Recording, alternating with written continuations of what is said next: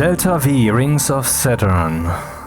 I played it only for a few minutes, a few months back, the demo. You know, you can see here there's a free demo, and I recommend that you get it, that you take a look, because the game is pretty unique. I don't know much about it, so sorry if I'm informing you wrongly right now, but you're going to see much more of it in the next minutes. Let's say you play the game Asteroids, you know, where you have your ship and you accelerate a bit and fly in a direction and shoot the asteroids so they're split up into smaller ones. In this game you have to pick them up also, but it's very physical. Your load on your ship will drift inside your ship even. You can see that here on the screen. Oh right, you can't see the mouse pointer. Let's just get into it. Let's see what it is. But I recommend that you take a look so that you feel it yourself.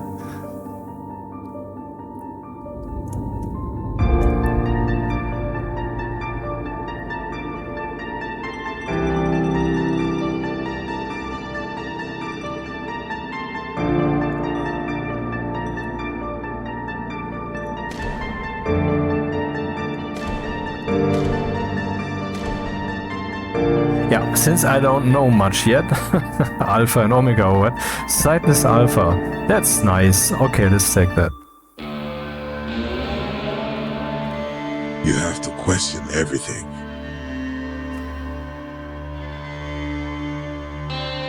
Why do people go missing in the rings? The company blames pirates. But why would anyone resort to piracy? There is no money to be made there. No glory, only fear and, ultimately, death. Why would you choose that life? And why doesn't the company just blow them all up with an orbital strike?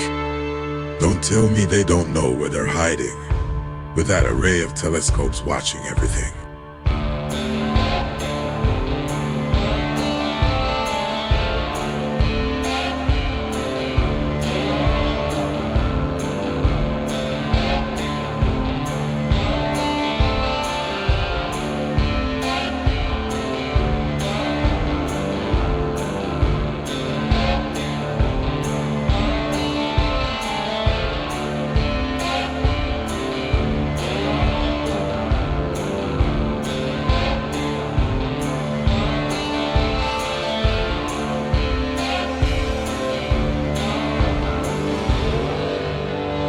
The company wants you to be an obedient little drone.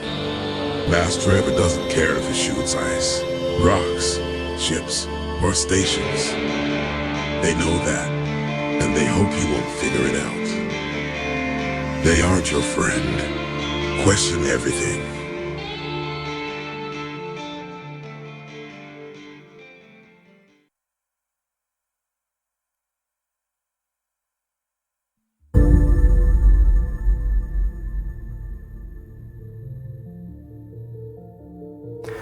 As you can see, it presents itself in a very appealing way.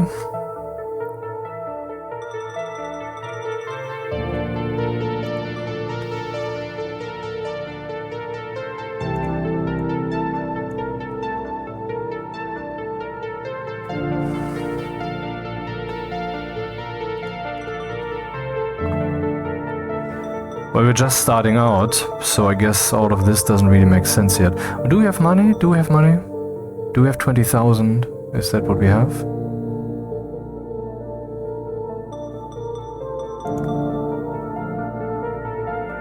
Aha, so that's my current ship.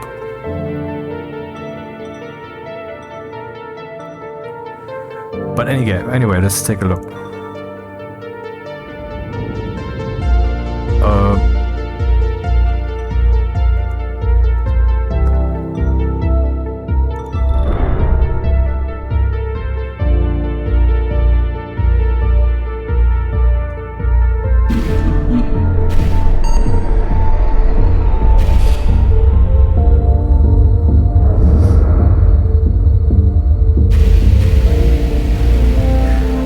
Yet in control.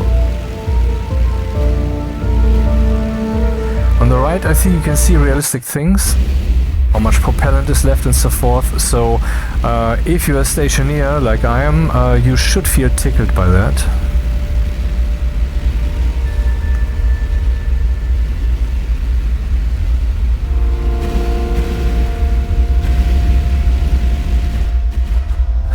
that's what the simulation does, but normally I'd be in control myself. Mouse wheel zooms.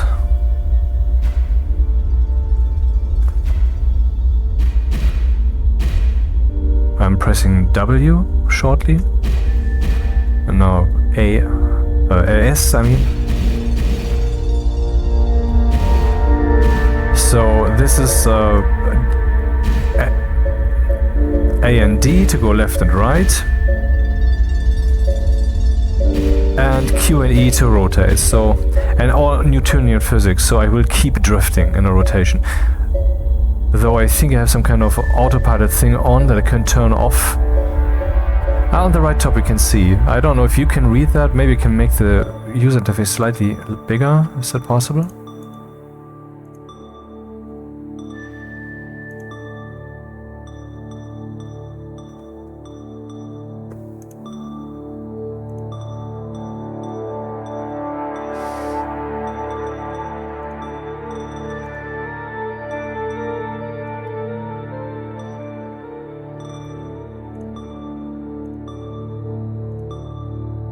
Heart size, of course. Oh. Yeah, but let's use that. I mean, so if we can look at this a bit better. So we can see how much propellant we have. For whatever reason that is decreasing, but I guess because I have some kind of autopilot thing on, which will keep using those thrusters slightly. Otherwise that shouldn't decrease, or is I will turn down the music a bit. And I was very delighted to see that the volume controls are proper. Look here. You have power up here, the high volume.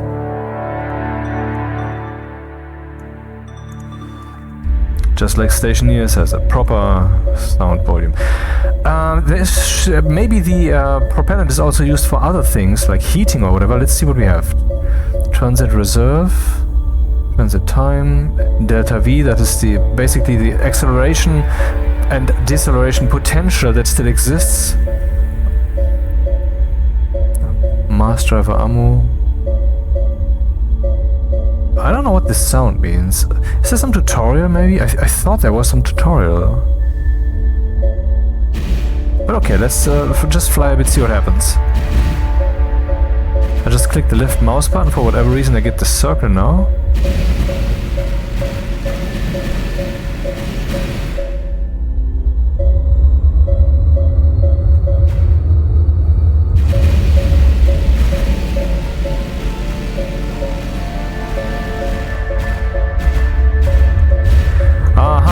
Here I can define a delta for my ship, which will then be followed by the thruster automatism. But I can probably also turn that off, yes?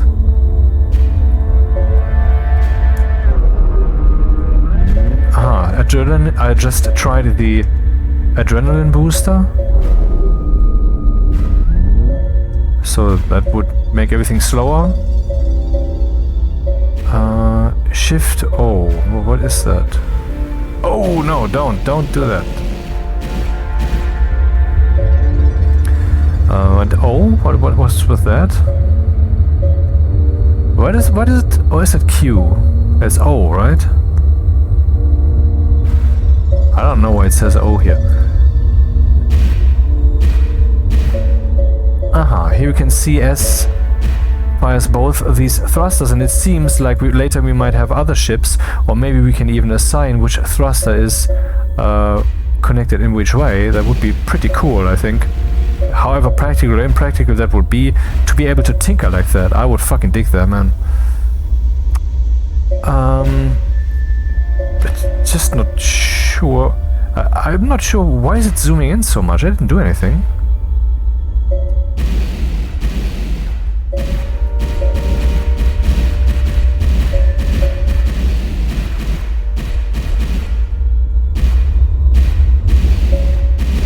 Yeah, that's me right now. Oh, that was spacebar. Okay, so that's happening then. On the left here, you can see the mouse. Can you see the mouse? Is the thing properly showing up? Oh, I think the mouse pointer... Is the mouse pointer being captured? I have to turn on the preview. Even though that will get in the way.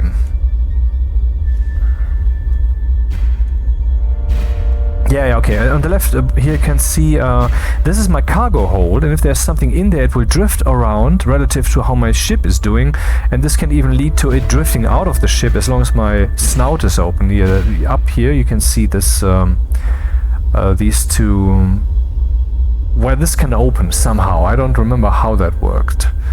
Maybe if there's a tutorial I should really play it.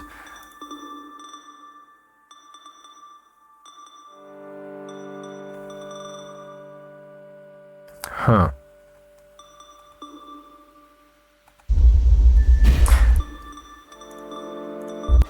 Was there a tutorial? Video tutorial? Oh, let's just watch. No, that's YouTube. Crap! What now? What will I do now? Keep trying.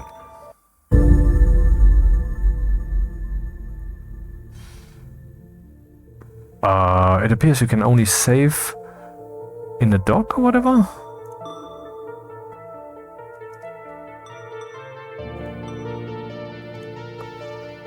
This time I do manual. Let's see what that does.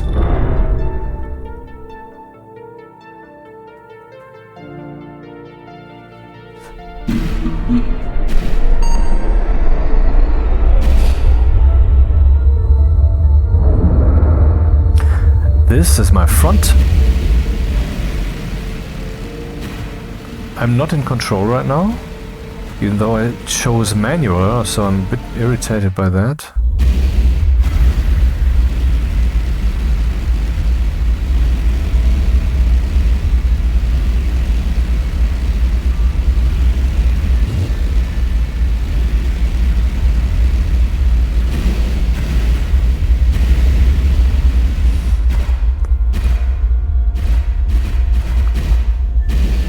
Not sure what's with the sound effect. I mean, why would there be some kind of Hall effect? Or is it me standing inside the ship and hearing the outer thrusters fire? It's a bit weird.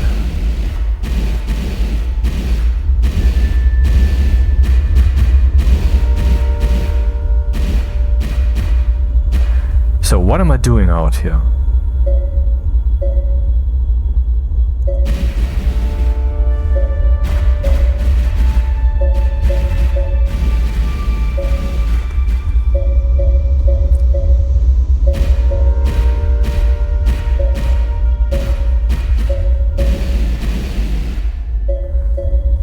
Let's look at the keyboard configuration. That was also my solution apart from the tutorials themselves and stationeers.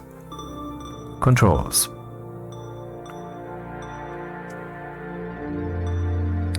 WQAD, yes, we know that. Then we have F and G. FGX. Okay, let's try. Shift is the torch. Okay, we don't want the torch drive right now. F.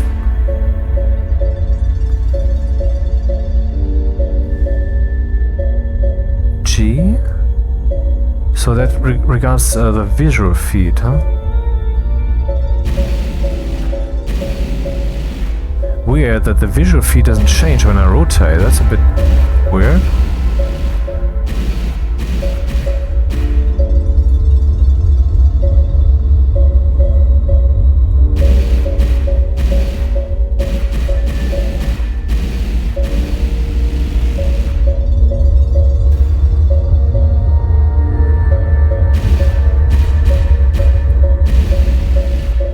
Yeah, I know way too little about this game to demonstrate it, but this is a let's play, so let's watch me fail.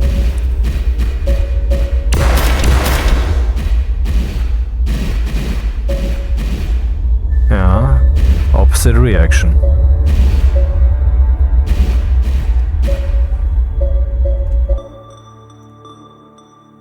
Zoom sensitivity, camera sensitivity.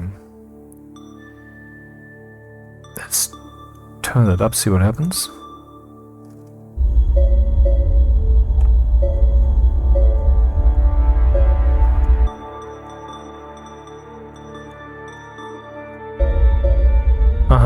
Okay, that's indeed what it means. And I'm pretty sure I want to turn that up now. The camera sensitivity might be too high.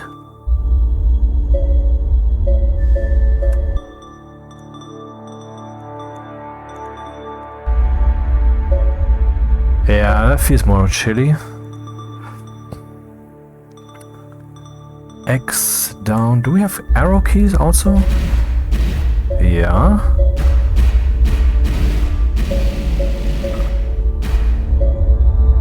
Interesting. The arrow keys shift the blue thing there.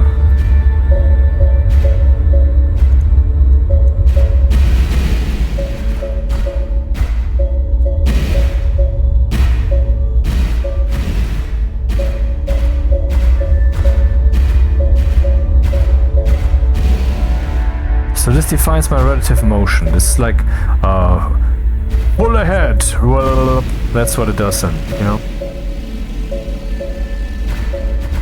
And then I can control myself to stop relative to the asteroid belt or to the rings of Saturn.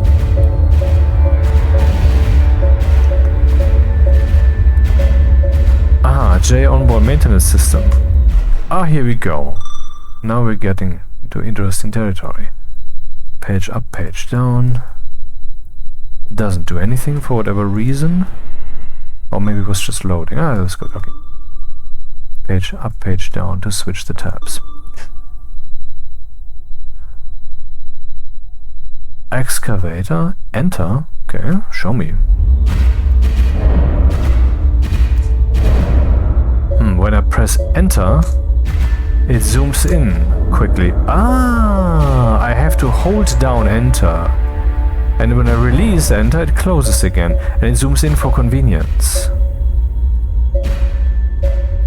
Now let's try. I want to position myself next to that asteroid using this green stuff here.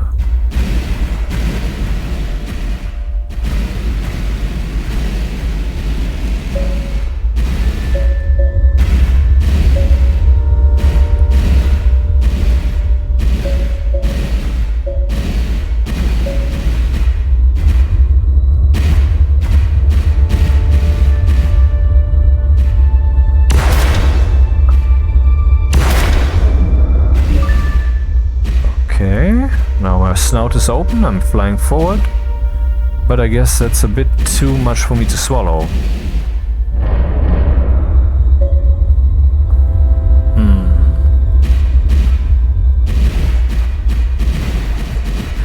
Now I'm using WASD, etc. and the arrow keys in parallel, which makes sense if you think about enter opening the snout.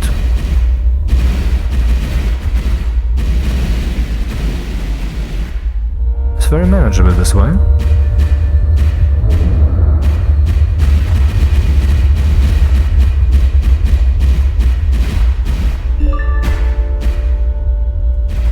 So now on the left you can see I gathered some V. I don't know what that is, but I assume that it will be related to the game's name a bit, as in maybe it can be used for fuel or whatever. Then we have some water and equipment. You can see now that I'm decelerating, the stuff is flying to the top of my bottle or whatever you want to call that, the body of the ship.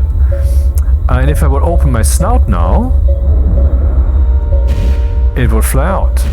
We don't want that to happen. Yeah, me getting somewhere.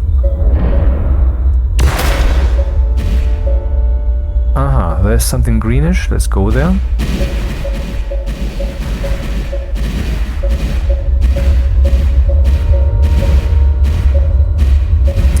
Interesting. I think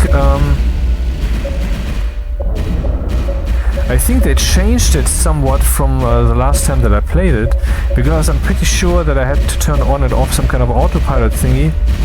Or, I mean, it doesn't matter. The point is, now when I drift, you see I keep rotating, and if I now use the arrow keys, which activates the other kind of control system, then this will stop my rotation. So it will instantly kick in the autopilot to take control. And that makes it pretty convenient, but also probably burns through a lot of propellant. We have now 27,000 left. And for transit we need 16,000.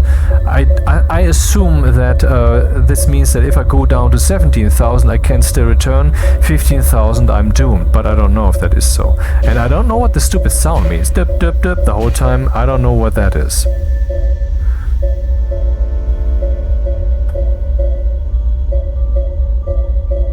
But I mean, I think this game has quite more depth than what we have seen so far, so let's be patient. And look again at, where was that? Which key was that? No.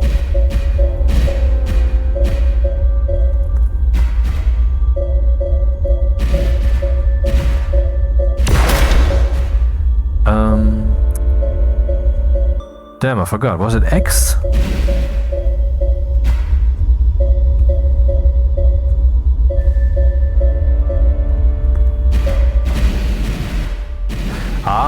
So when you press X, and have to hold X so that it happens, no, just hit it, hitting is enough.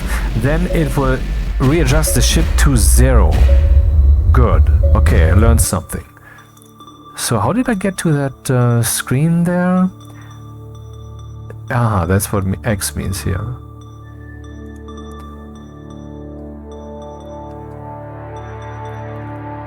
Space, fire.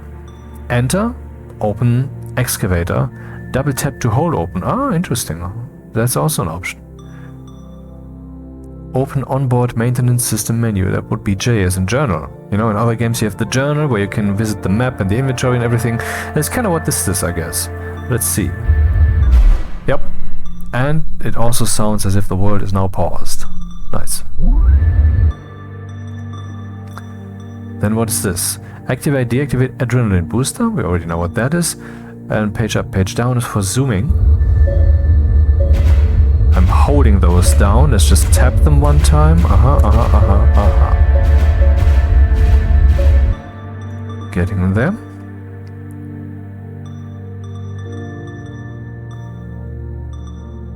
Okay, so we know how to control the thing, how to move around, how to open and close the excavator, and how to destroy an asteroid. So that seems to be the primary stuff.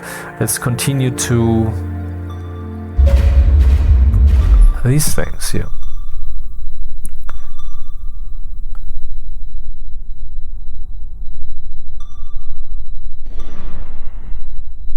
Misalignment caused by impacts near the... Do you hear that clicking sound also, or is that only my headphones? I hope it's only my headphones.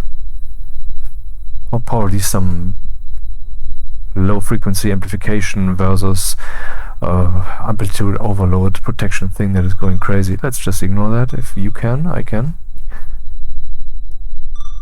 So misalignment is caused by impacts near the thruster, near the respective thruster. Misaligned thrusters will fire at angles, and you can possibly use this to adjust that, I guess. Why is wear and choke changing? Wear occurs naturally by using the engine. It causes thrusters to misfire. High wear will cause RCS to fire erratically. Choke. Caused by direct impacts. Choked thrusters give less thrust.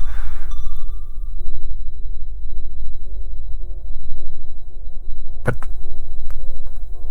okay, I don't get it. That's we will see over time.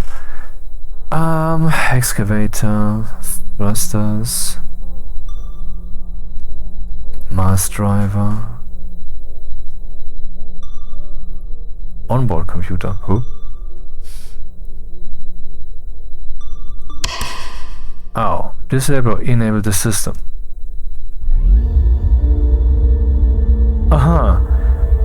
Oh, so that was the computer is basically the HUD. I think I want that on.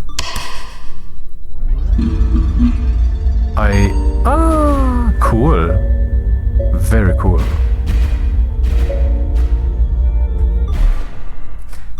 And then we have the nuclear reactor.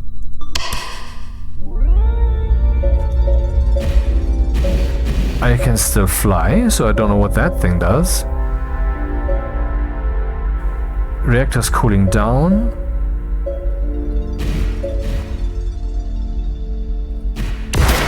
I can still fire. So let's pretend as if the thing is not off and see when we start noticing it. It cools down faster when I use my thrust. Why is that? Is the reactor basically cooking my thruster propellant or something?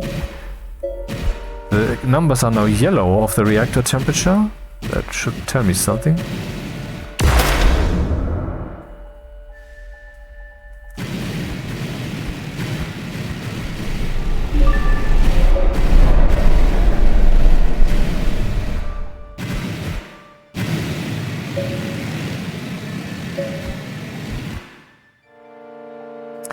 So, power balance.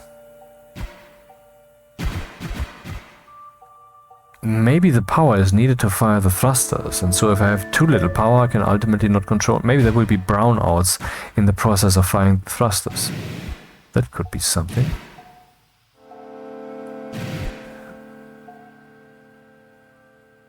For whatever reason we are still burning through propellant. I don't know why that is. What else is here?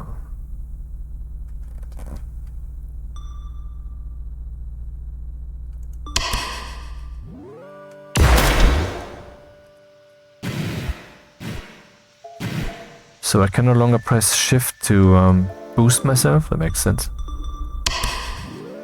Now I can. Astrogator.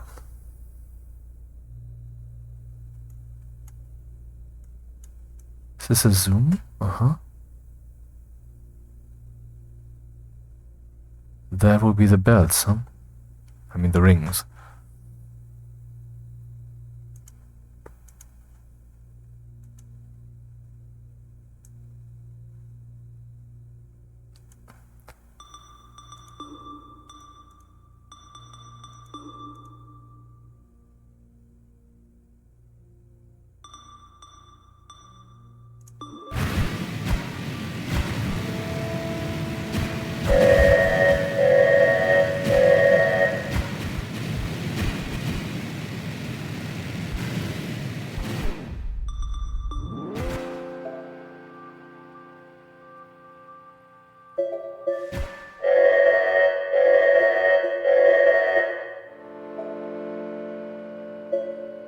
This probably relates to power. What kind of alert am I getting? Is there a warning somewhere? I don't see it.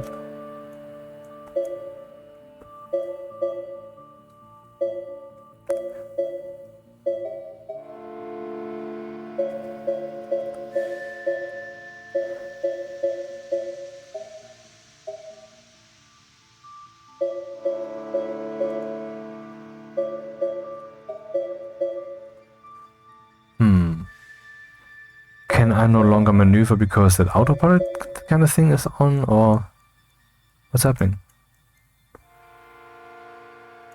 Maybe there's not enough power anymore to run the computer.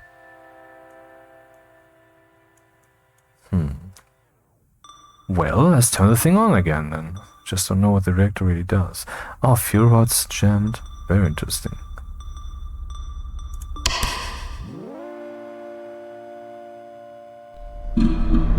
Aha. So that's what was going on.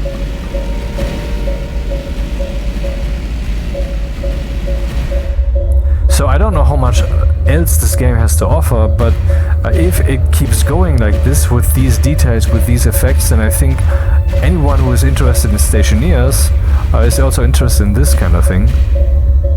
Because of its realism, it feels like you're dealing with actual systems here.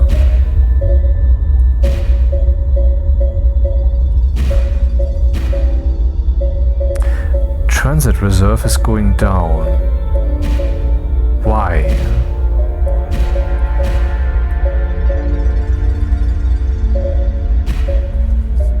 Okay, what else do we have here?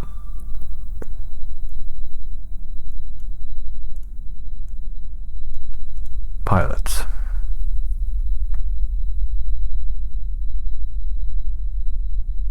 I don't see any hover effect here.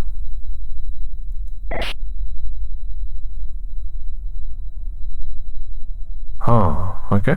Someone's warning me of piracy. And there's the other guy. Other dude. Hopefully it's not Hitler. Nah.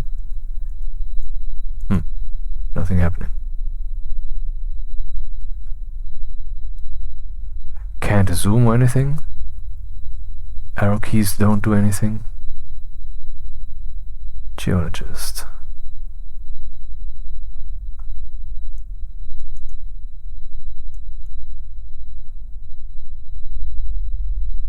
This probably all makes sense somehow.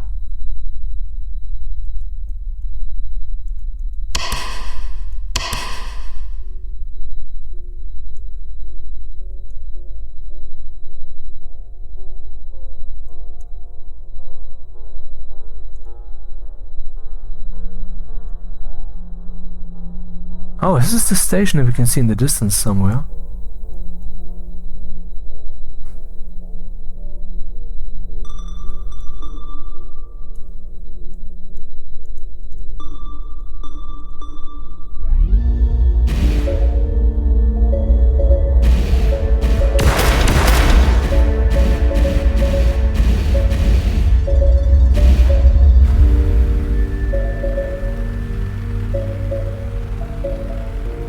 Reactor still heating up.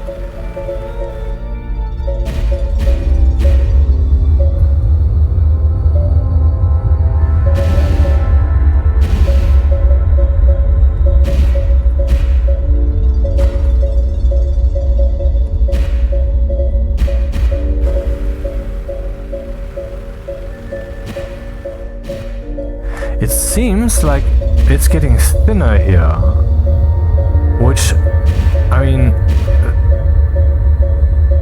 yeah. Let's return, yeah.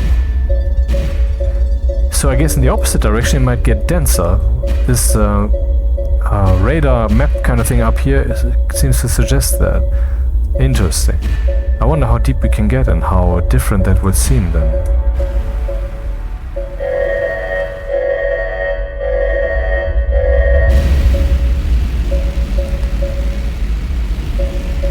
Now let's see what's happening to our propellant and such.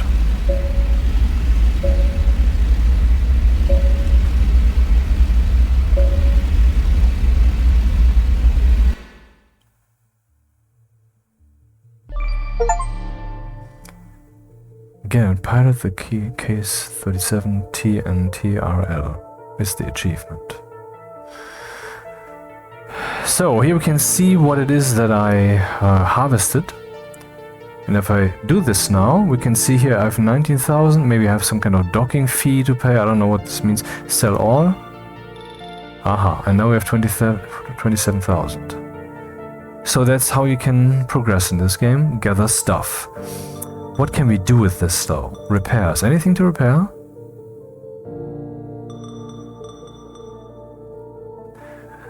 The loading hint already said, whatever you repair, it will never be 100% pristine again.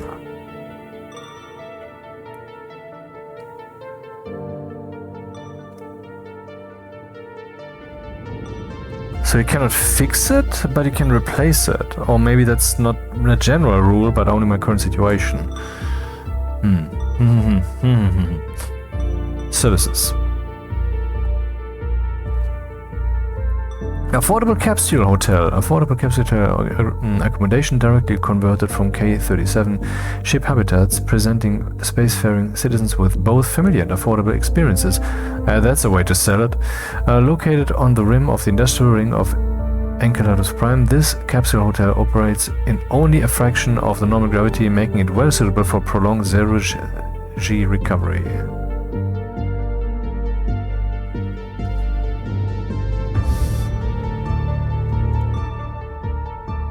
The Twins. Moonview Capsule Hotel. The Underside Inn.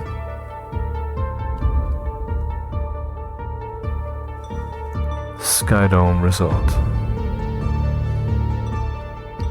They're not showing you things that I can't afford, but I mean, not highlighting, but I can select them.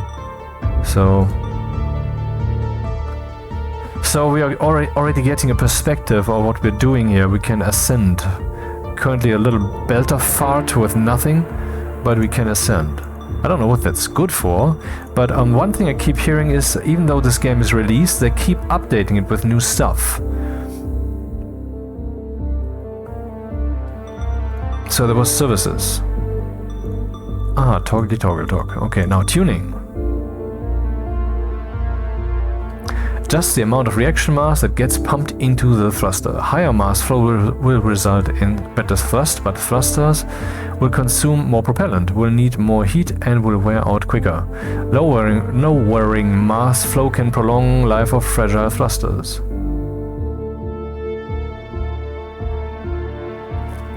I wonder if all these graphics here, these curves and so forth, if they mean anything. That would be way cool to learn more and more about this thing and eventually just being able to read this and know.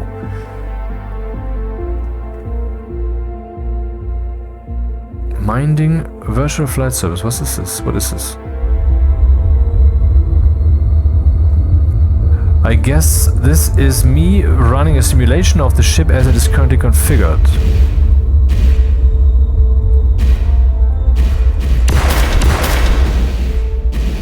Am I actually burning through stuff? 29,000. Can I get out here with escape? Yep. Now let's do that again. And we can see 30,000. So that is indeed a simulation that always starts at 4. Very good, very good.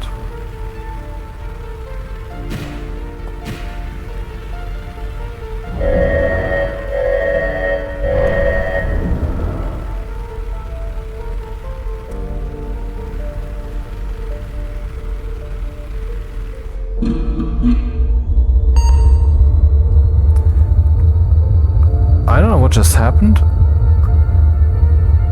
Ah, yeah, what happened, for whatever reason...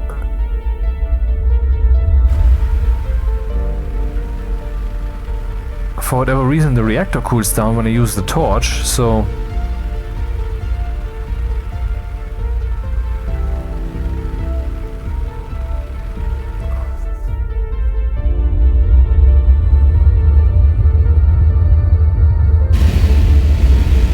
Now I just pressed X myself to activate the usual autopilot thing. And boy, are we burning through propellant. Anyway. So here we can adjust how much thrust we output through the various thrusters. Hey, where's the ship that was simulated here? Was I too off course?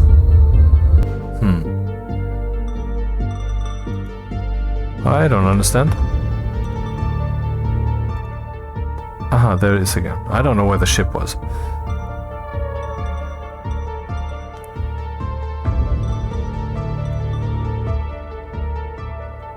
Aha, the brightness of the computer display. Let's keep that up for now.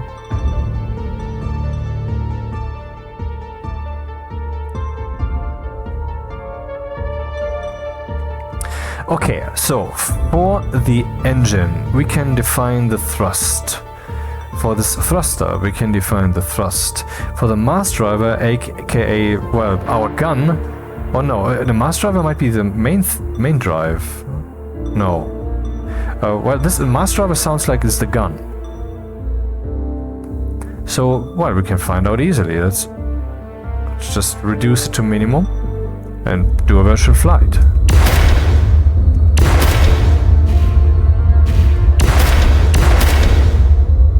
And then turn it up. It doesn't feel different. Maybe it's the torch though. So let's compare that then. Ah, damn. It's not what I meant. Nope, that doesn't seem to be it.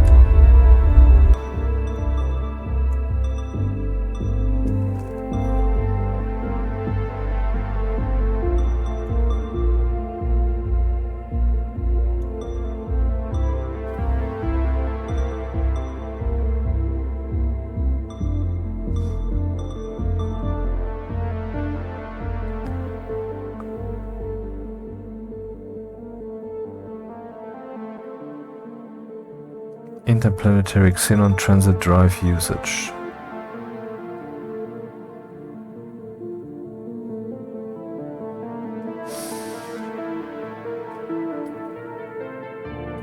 So it takes me 96 hours with this setting, but I'm pretty sure this is the setting that was. And if I reduce this, then it says interlunar propellant usage is much more.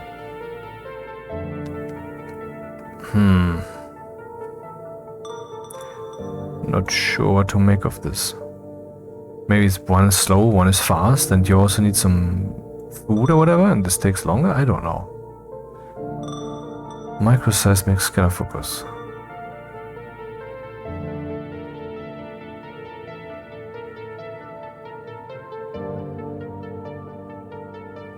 This seems to refer to the cargo hold.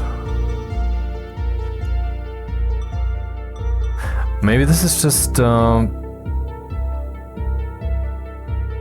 don't know what it is.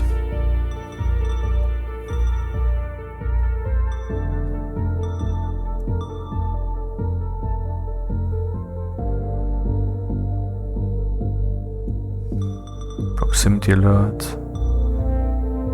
Sensor confidence. This is possibly a thing that we could relax more to use less thruster fuel when we are setting some rotation or whatever. Ah, leeway tolerance. No, that's what this is.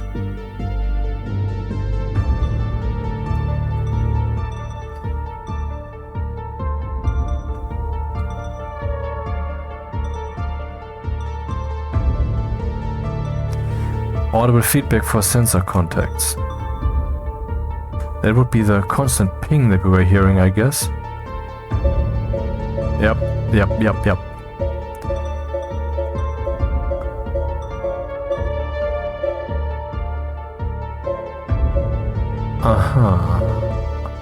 It's doing raycasts in all directions.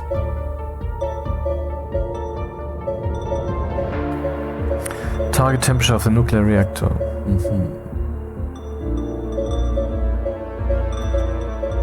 Ah yeah, and up there we can see some help actually.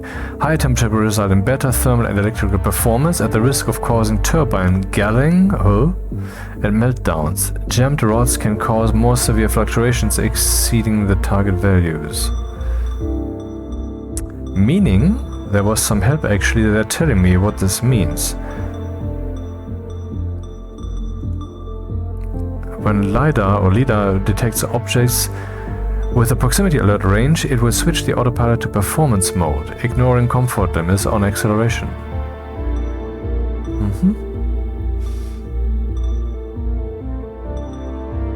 Yeah, what is this? All ships are equipped with low-thrust economical xenon drives that allow prolonged interlunar travel while using little propellant. During your dive into the rings, you can choose to use your main drives, instead cutting down the travel time significantly at the cost of increased propellant required for transit. But why would I care about time? I mean, in the real world I would. Though, would I? I mean, my weekend can't be long enough. I mean, I can play games, make videos, and why should I not when once we are an interplanetary species, an interstellar species, we will spend a lot of time waiting for the ship to do stuff, and yeah. So why would I care in this game how long it takes? Okay, let's continue. Equipment.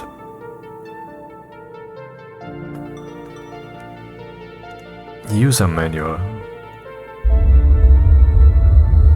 Okay, this doesn't tell me anything.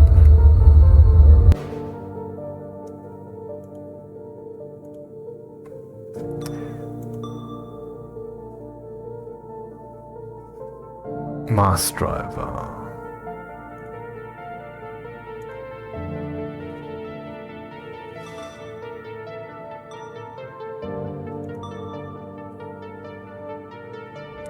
A railgun, aha, so see, the mass driver is indeed the thing that shoots. A railgun relies on direct contact of the projectile with guiding rails to form an electrical and so forth. This is what we saw in that trailer-ish little video with the guy talking. Mass driver, mass driver. Let me see what that's like. Oh. Wasn't there a simulation thing that we could use? Alright.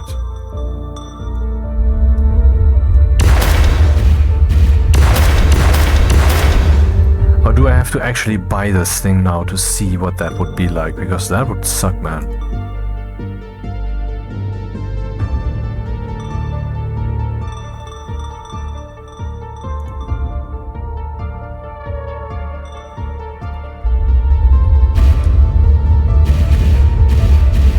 Well, now currently I cannot shoot at all. Meaning the click did something.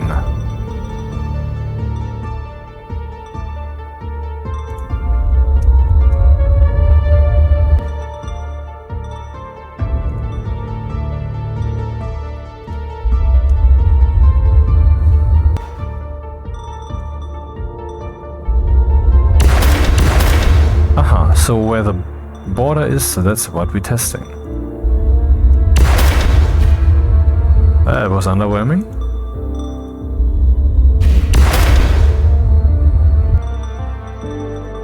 Mining laser. Cannot be seen in this view, I guess. Or maybe it's a laser, you can only see it when you hit some. Too bad in this sterile space there's nothing that you can possibly hit. Anyway, we don't have the cash for that. I don't want to waste it on experimenting with buying stuff. Dealer.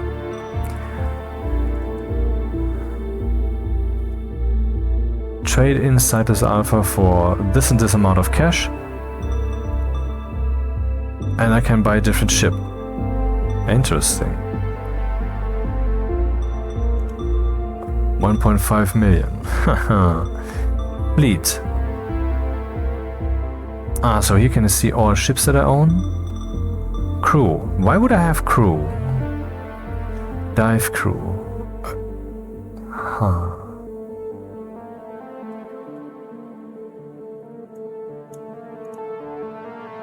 Cool.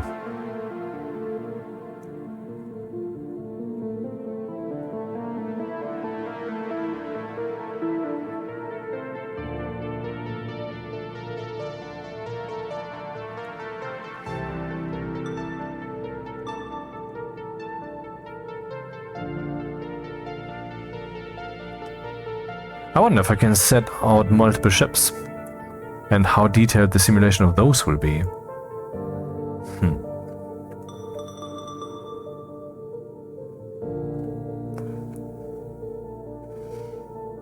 Aha, here we can see something. So the year is 2200. Currently we have 2000 and 24 years, I know. So that's 250 years in the future.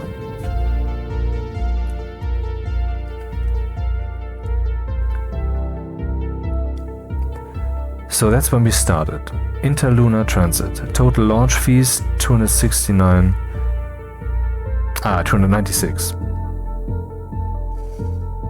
And then we can see the final balance on the right. Ring dive, no costs. Interlunar transit, nothing. Training,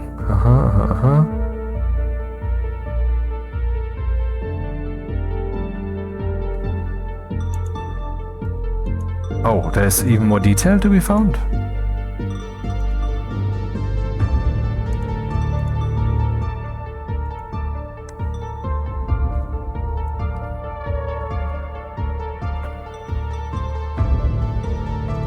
And that's an overview of what the game does, I guess.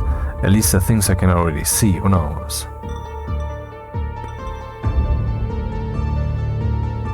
Depth, 0 kilometers.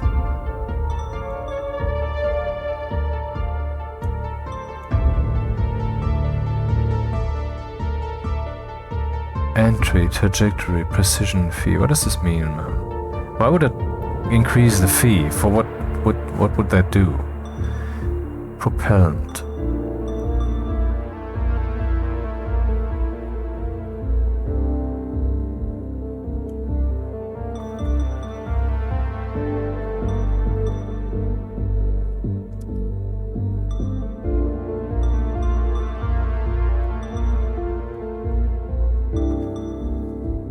So I guess drones or nano drones will be a very common thing for us to use later, and that's why it's part of the standard launch infrastructure that I can set a value. Currently I can't because I don't have any of that yet.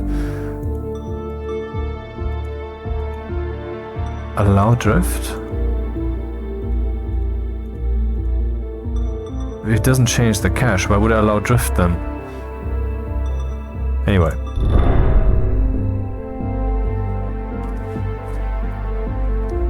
I mean, when it comes to mood, the game is very cool, isn't it?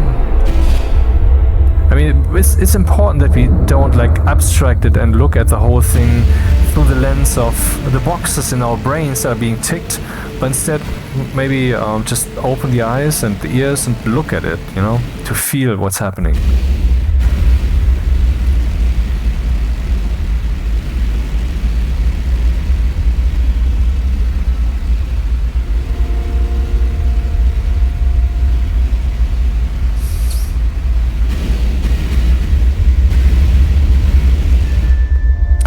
So that's where we are now. My goal now is to go deeper into the ring.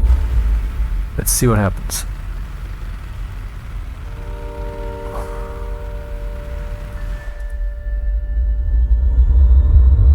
This visual feed might be a feed from some kind of remote camera from the station, maybe.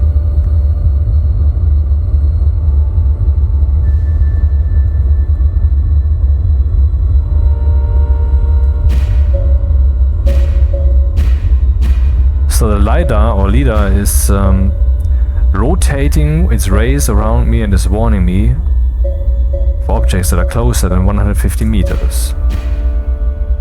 Like this thing, for example.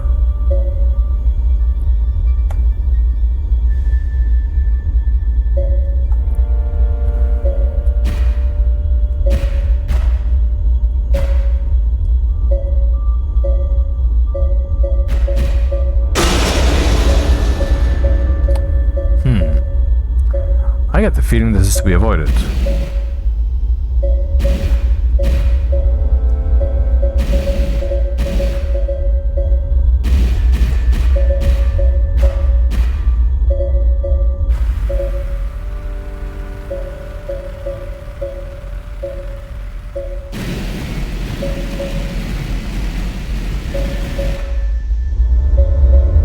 Alrighty, now let's take a look at all the damage.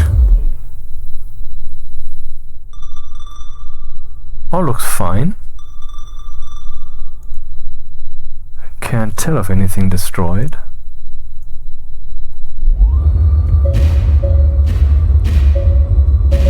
So double enter opens this and keeps it open. Okay.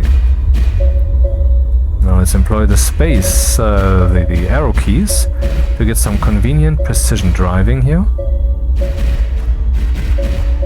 Space for mass driver.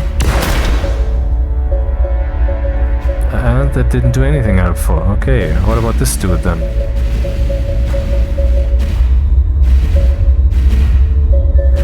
And notice it is still flying forward in that respective direction now, because of the positioning of the green thingy on me. Very convenient.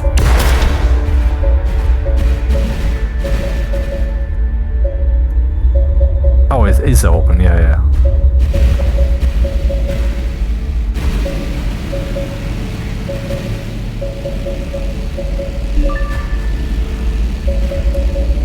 No! Dude, what the fuck? Stop everything.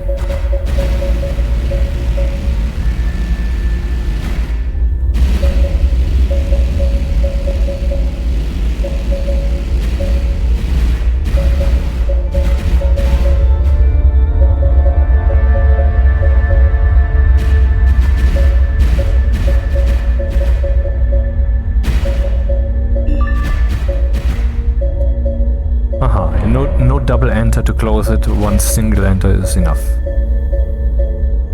Now if I press X, this here should fly to the top. Oh, that was the wrong key. And it does, because it's the inertia of the object in my cargo hold. Oh, that's a big one. Let's see what we can do with that.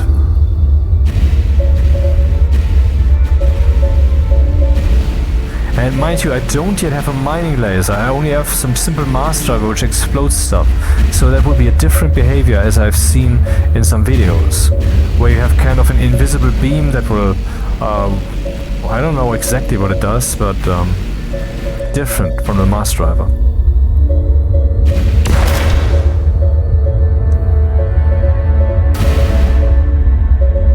And maybe less dangerous.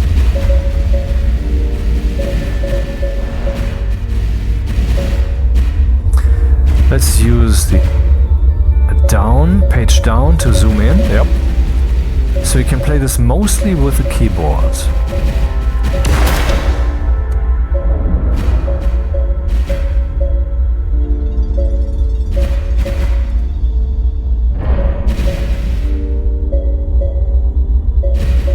Wonder what this bright thing is that I'm seeing there.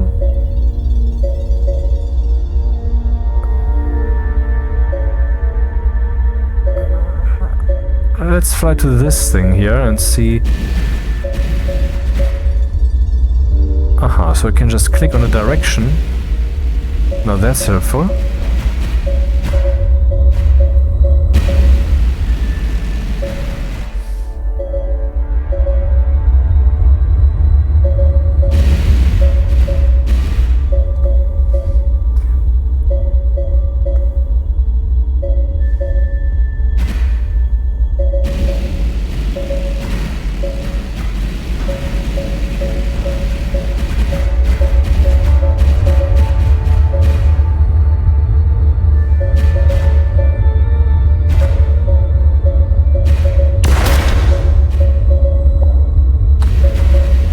There's some stuff that I would like to have. No!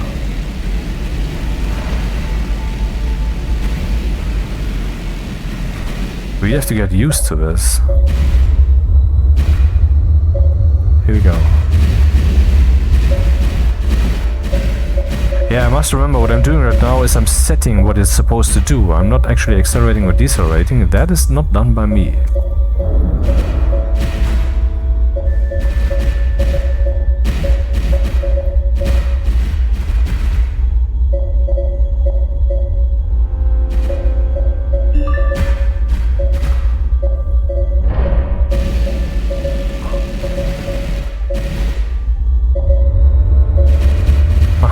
Go here. Or rather here.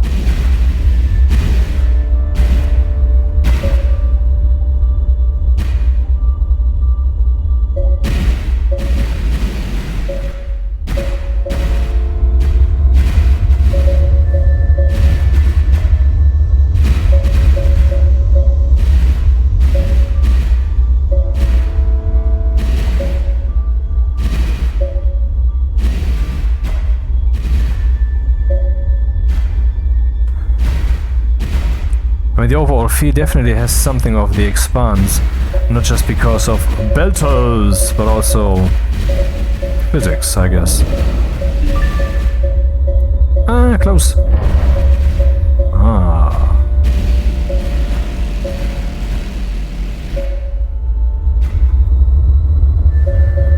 So, what are we looking at? Propellant is still fine. I just don't know what these shiny thingies mean up here.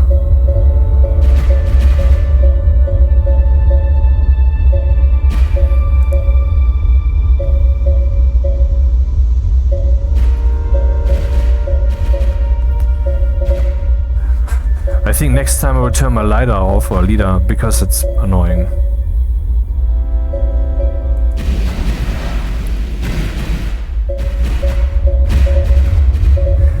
This is one of those games like Hard Space Shipbreaker, which are great for listening to audiobooks or YouTube videos. Not necessarily this video. But you know, political stuff or whatever.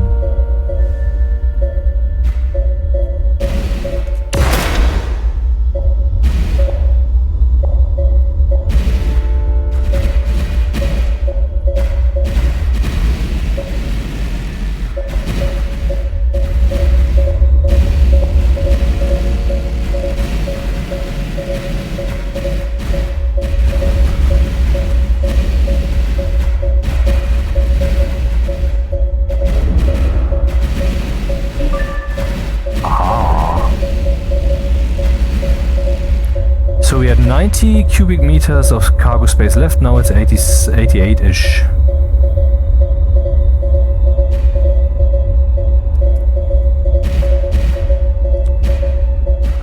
Now I'm using manual controls, no autopilot.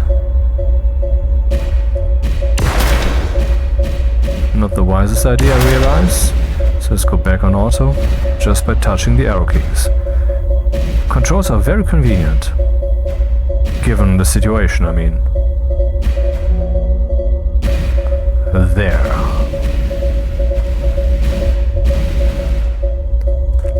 First goal, of course, must be get some cash and equip the ship better so we get a feel of what this game does.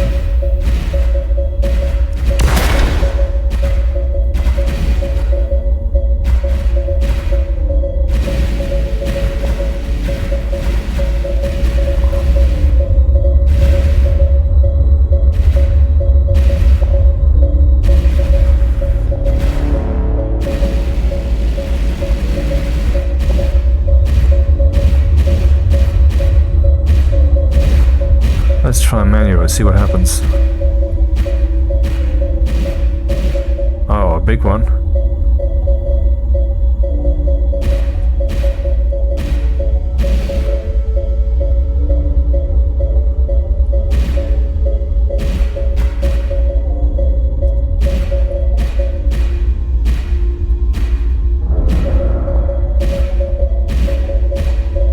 Damn.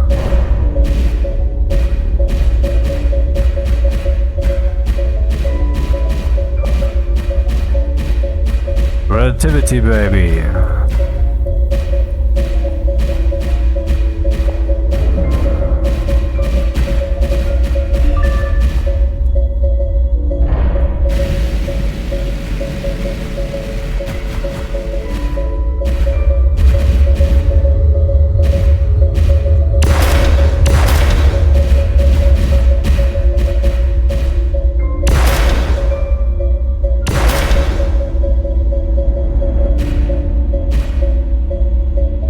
Let's see what the big one does.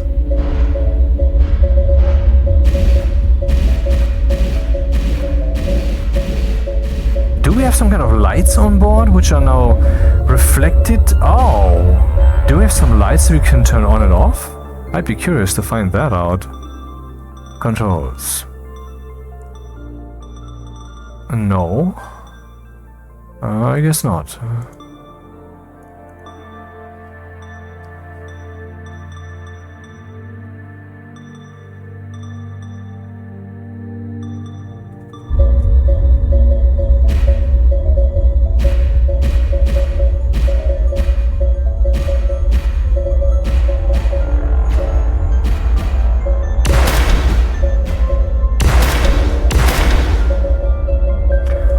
So, kind of, we're playing Asteroids.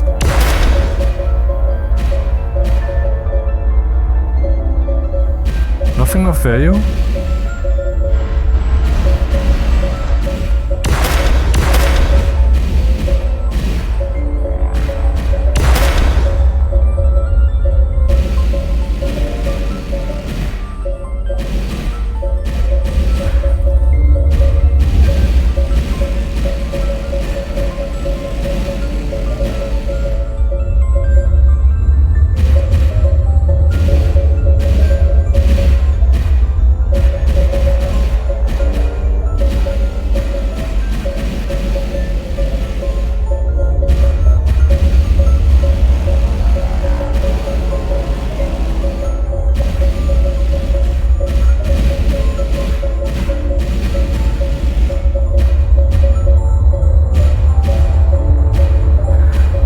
Zooming in, zooming out thing is a good idea because it kind of is like an iterative approach. First we do a coarse, rough equalization, then we zoom in. It's like when you're trying to make a rounder circle. You zoom in and you see all the edges, the jagginess, and you even that out.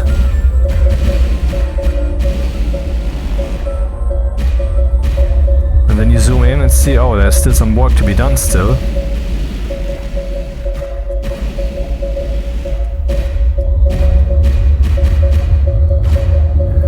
What are you doing?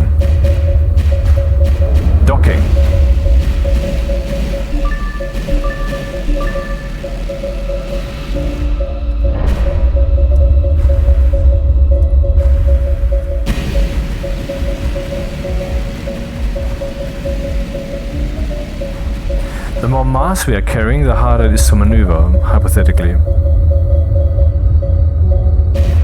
Man, the LiDAR thing, I would definitely turn that off. That's just annoying.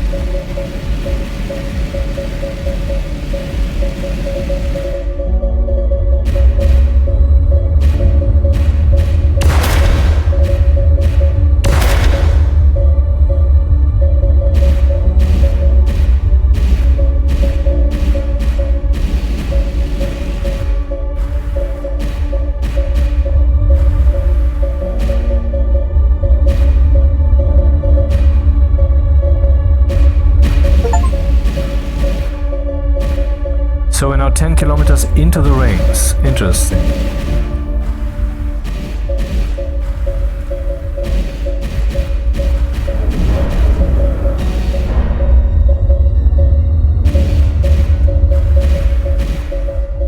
Uh-oh.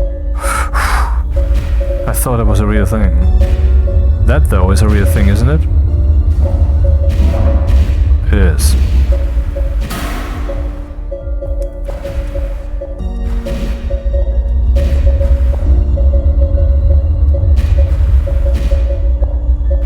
Is that really the way to do this? I don't think so. But anyway.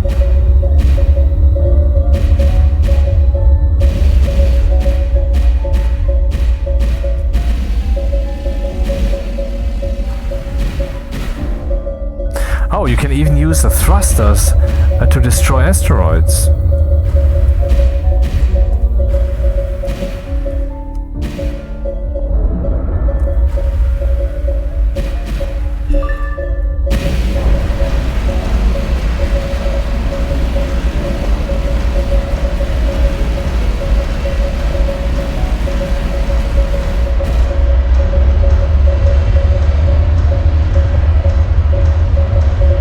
Sound am I hearing, please?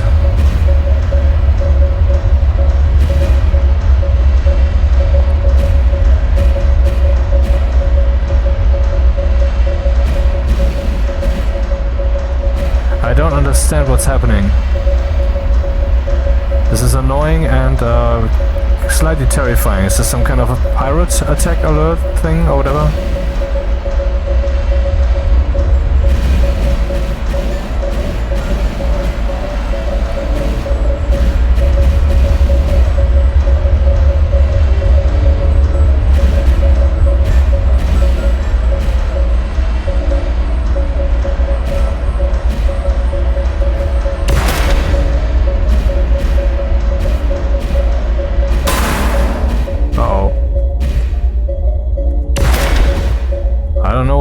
But maybe there was some constant collision going on, constant contact.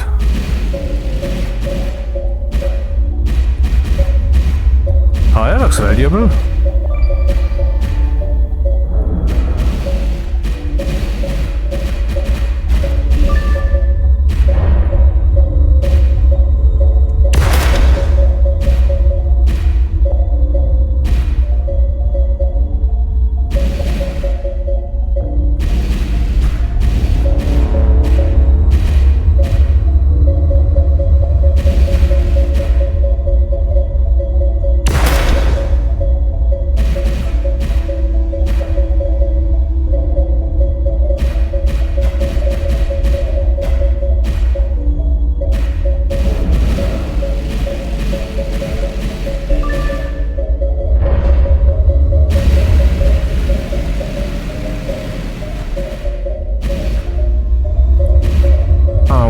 do I hear?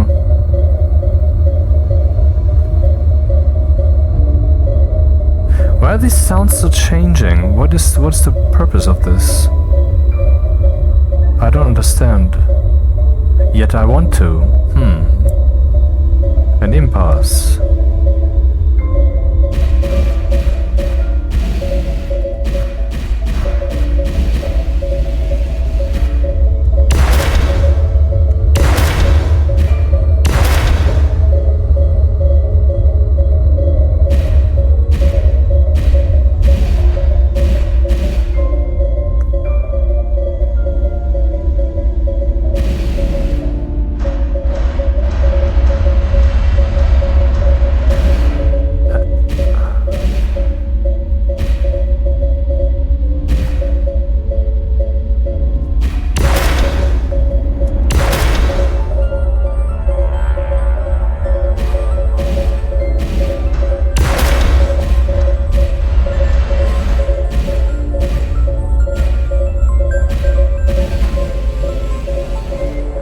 Now isn't this worth like €4? I mean, this is half the price or something, but that's what I just paid, and I don't know how long and how much I will play this, but I know that it is a very nice mind-drifty game, during which, once I've deactivated some annoying sounds, I could do other things with my head, like listening to some stories.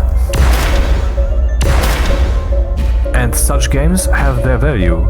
And I'm not saying that's the sole value that this game has, not at all. But a game that has value and also can serve as that should be on your radar.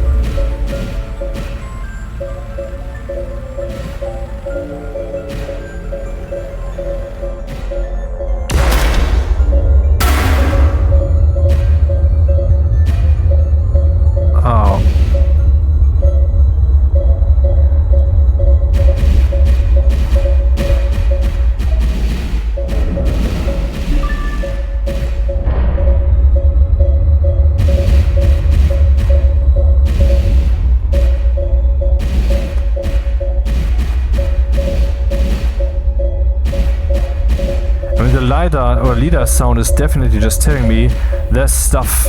Well, I know that there's stuff. How am I supposed to work with that information? What am I supposed to do about it?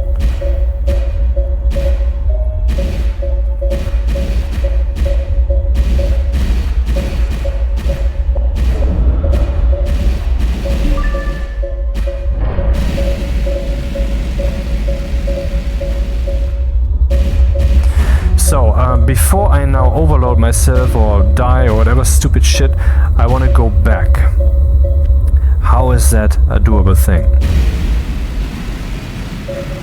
I know, I can fly out.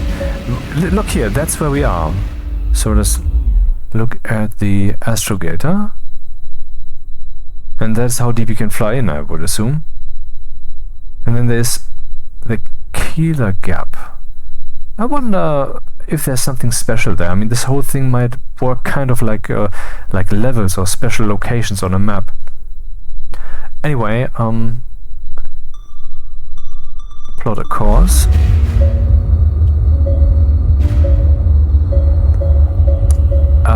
When I say plot a course, how can I plot a course to a place? Hitting a ship with a microwave emitter can short-circuit its systems. I mean, so far, what can we say? This game is pretty cool, man. And I paid €4, seriously. For this, that's not too much. And it has more to offer. So I think I can recommend it. Look at that! 30,000! Nice haul, man.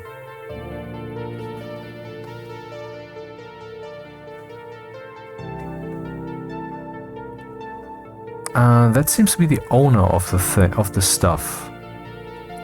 Cytus Alpha, which is the name of my ship, I guess.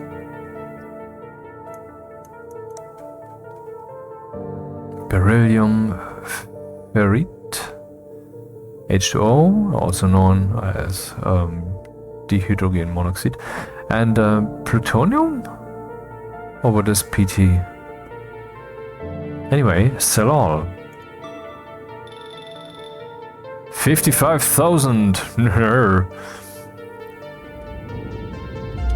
Now I want to buy some stuff.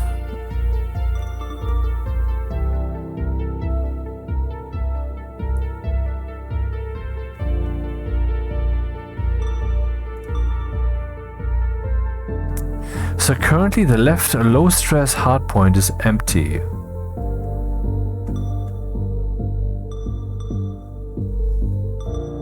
Beacon. A claim beacon. What does that do? Governed by a Class 1 artificial intelligence, the B8 claim beacon broadcasts a digitally signed claim to a region of the rings. The governing AI will ensure that the beacon stays on location relative to the ring and can process transactions to extend a claim. In event of beacon incapacitation, Triskelion Armstrong offers free on-site replacement. Okay, is that beacon meant to lure pirates to the place and take stuff out? Because I can't see any other meaningful reason for that thing to exist. I mean, you know, if freedom is outlawed, only outlaws will have freedom. That kind of concept in principle.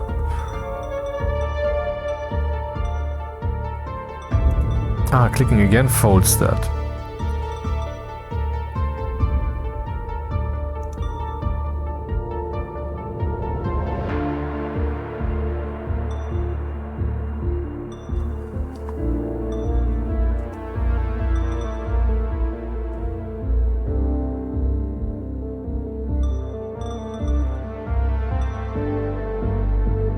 Nano drone components. So that is not a special hardpoint where I can put stuff that I arbitrarily wish, but this is particularly for the function of nano drone components.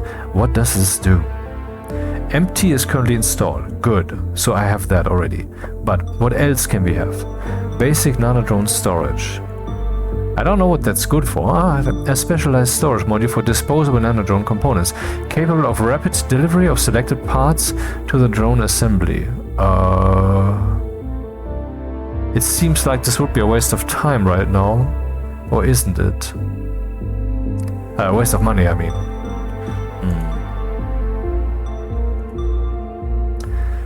So we can have a larger tank. That is not yet the time, because I'm still at the very beginning. Then we have the thrusters.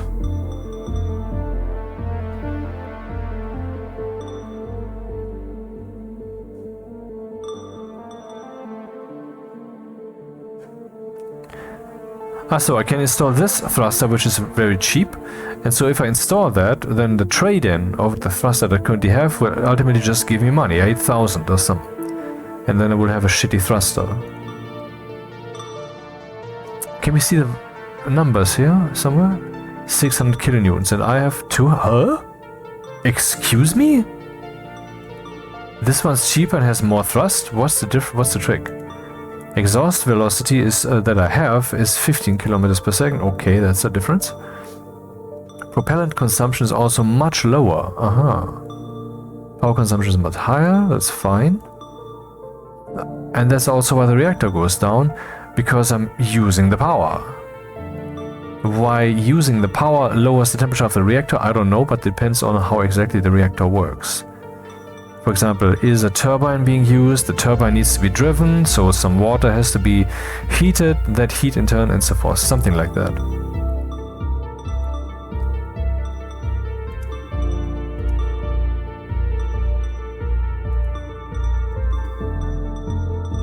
And there we have more thrusters. Less thrust even, but much faster exhaust velocity. I don't quite see what the idea here is. Maybe the idea is actually I don't see. Since we're Newtonian, we're dealing with Newtonian physics. Does it really matter? I mean, just keep stepping on the gas and I will keep getting faster. 40 megawatts power consumption. Nope. Thermal consumption? Is that why the reactor gets colder?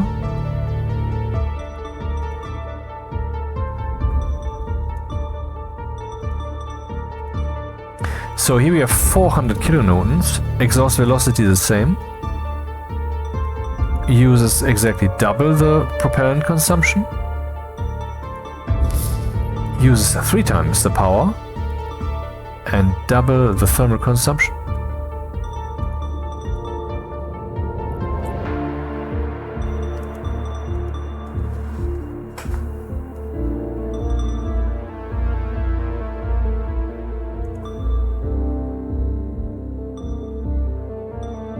What the fuck is this? Ultra capacitor array.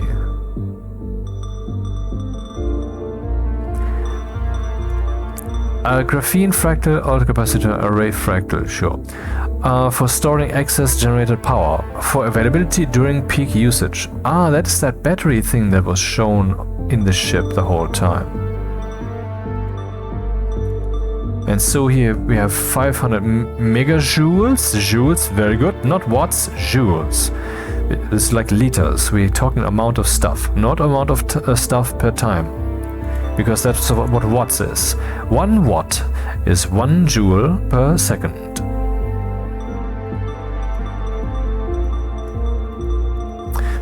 But this thing weighs quite a lot more, the double. Well, I mean, it kind of makes sense. I don't know if I need this. So far I haven't felt to be out of power, so let's not think about that. Turbine. So this is the power plant thing. A power plant designed for fission craft, this turbine taps into the pressures created in the reactor to generate power, disposing of waste heat via an open cycle, whatever that means. Its power generation depends on the heat and pressure available in reactor core. Twin turbine, that's a different description. These twin turbines tap into the pressures created, disposing of waste, its power generation depends on the heat. Okay, so it's just a different term, otherwise the sentence is the same. 200 megawatts, not just 100. Consumes double the propellant.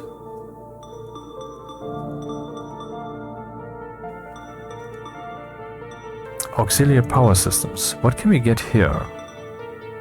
I mean, let's look for the biggest one. The largest peak power energy storage available on the aftermarket. The Elon Interstellar Unlimited Power is sold as the ultimate power solution for fusion-powered craft. Fusion? Do I have a fission or a fusion reactor? Does it matter? Depending on what part I buy? Not that I can afford this one. Boasting both unparalleled capacity and a high output interface. Accurate sensor readings from the computer are required for power balance diagnostics.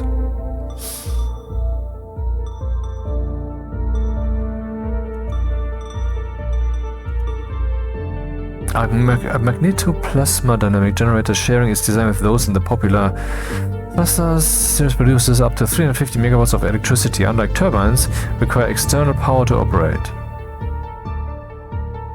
So it generates power by consuming it? I don't get it. Is it a transformer?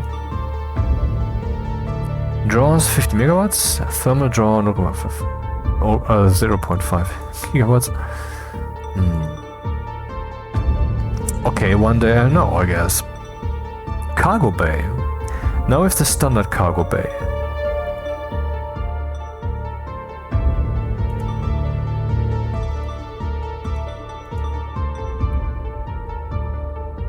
Oh, that's cool.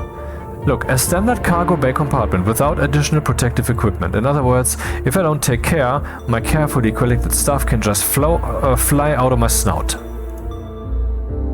Here though, these spring-mounted cargo bay baffles prevent accidental loss of cargo during deceleration.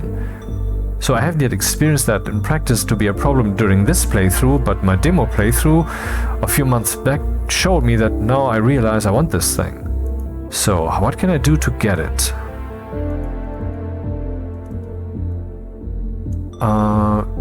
Double click? Oh right, I have to click on this thing. Yep, that's probably a worthwhile investment. So and if I go to standard cargo bay, the return from trade-in will be 2,000. The question is, will the return from trade-in still be the same if I now leave and return with the ship? I mean, is this kind of a buyback situation, or is this the real deal? Real deal. What is this? The Rosatom Antonov mineral processing unit uses reactor heat to sublimate water content out of a large cargo volume so that mineral content can be collected and stored. Evaporated water is collected via a cryo ring and can be reprocessed into propellant. Oh, this thing creates propellant from me gathering shit. This MPU boasts minimal power consumption and excellent processing reach, but the heating process is inefficient and much of the cargo and water is lost during processing. Doesn't sound like something I want when my main goal is to get cargo. Also, look at the fucking price. Hahaha. 350,000. Those are numbers. But anyway, we did one upgrade. Good. Let's continue. What's with the autopilot? So, a dummy plug module for the autopilot system, providing no flight assist capability, which is not the one we have. This is the one we have. It's a basic autopilot module capable of preserving velocity and orientation of the craft using simple heuristics to determine RCS fire. The widely available open source antipodal reaction limiter module is used to cancel out opposing inputs. This autopilot is not capable of adjusting to changes in mass or thrust configuration. Aha. And this one?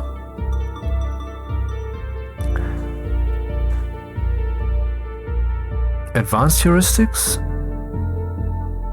To adapt to mid-flight changes to ship configuration, mass shifts and thruster damage. Now this sounds very cool, though 27,000 is not something I want to spend on this now. This is not yet the money that I have. I mean, I have that money, but having that money means that you have reserves. This is not disposable income. Head-up display. Oh, you can get that too. No system will be installed. 9,000. Oh, with a preview. Cool. The rudimentary display of the heavily armored lifeport HAL 9000 focused on delivering basic survival information as reliably as possible. One might wonder why the cheaper ones are available. Well, one thing would be, if I don't have the cash to buy something that I desperately need now, I can take a step back here, and that's one way. Another would be, later I might, in whatever way, by capturing it or by buying it, get a different ship, or maybe I can do a mission, I don't know if that exists, and then I get some as a reward, and some of its equipment might just be shit. So what's with this one then? Neat. I still get trade-in cash, even though this one, which I currently have, seems less cool. The stock head-up display of the Eagle Prospector focuses on key information and a clear, concise, stylized presentation. Yeah, that looks cool, right? Here with that? That feels like driving a race car, or like Freude am Fahren. So this is the one that we have here. What about a more expensive one? What does that do? The stock HUD is dedicated for ships with docking bays. Docking bay? Wait, you can get that too?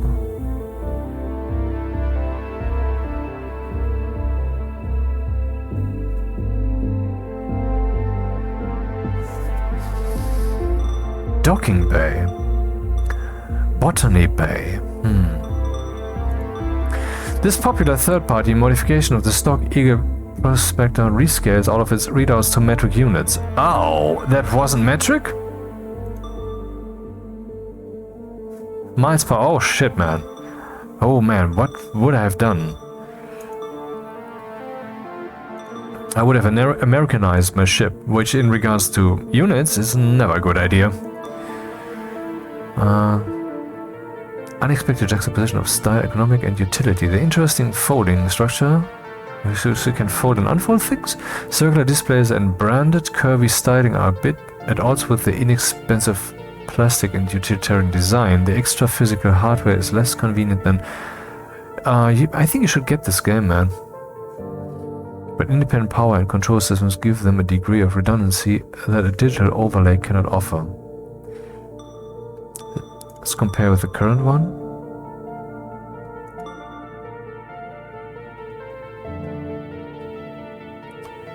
Huh. Can't say I need this now. Oh, what the fuck?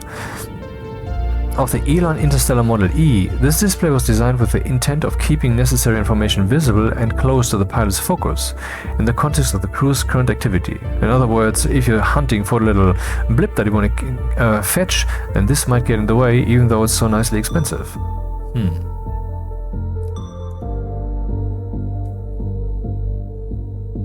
Oh, we can actually take a look at this thing.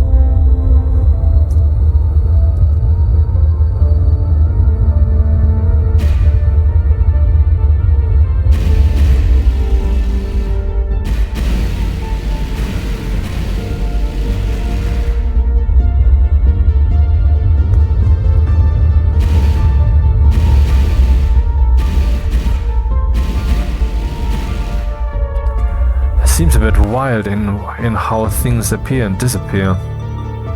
And what's with this then? Change the head. What? Fully digital display with unique multi-resolution monitors for both the visual field and sensors, useful for close-quarter docking maneuvers.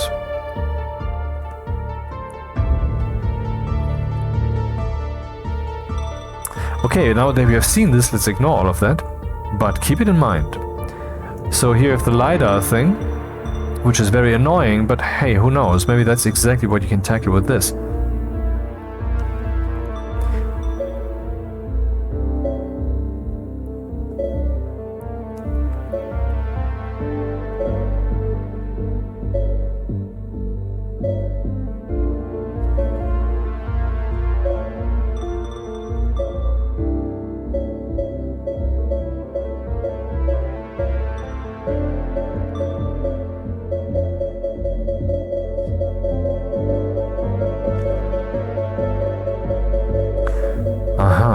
So that's only one direction.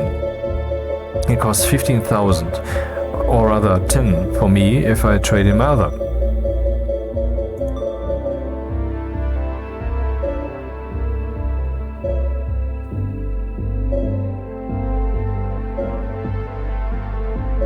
Precise Doppler shift detection. Oh wait, we cannot test this because everything here is completely empty. Or is there a trick here to spawn some asteroids or whatever?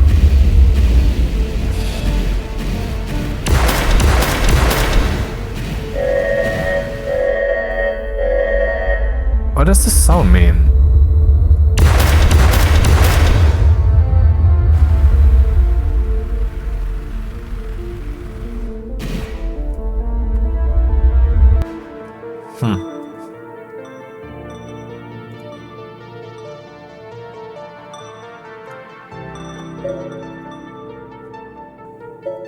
Oh, what the fuck?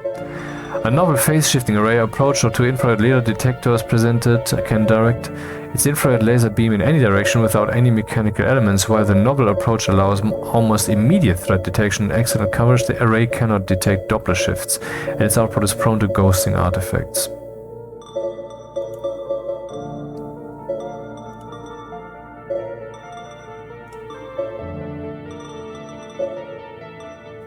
Reconnaissance craft. What is this? This baseline reconnaissance craft follows your ship and delivers a video feed of the surrounding area of the ring. With the lack of additional hardware installed, the camera on this vehicle is equipped with a larger, wide-angle lens, allowing greater viewing distance than any other reconnaissance vehicle. Is that the camera feed that we were seeing?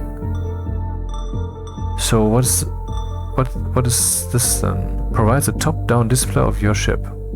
Oh! What? The fact that we are seeing the ship itself is also a thing that you have to bring? What if I sell that? Anyway. It provides a top-down display of your ship and has LiDAR screen with gravimetric data. Man, this is very luxuriously programmed. I mean, this is very nice work, Mr. Programmer or programmer dudes and girls. And whatever else.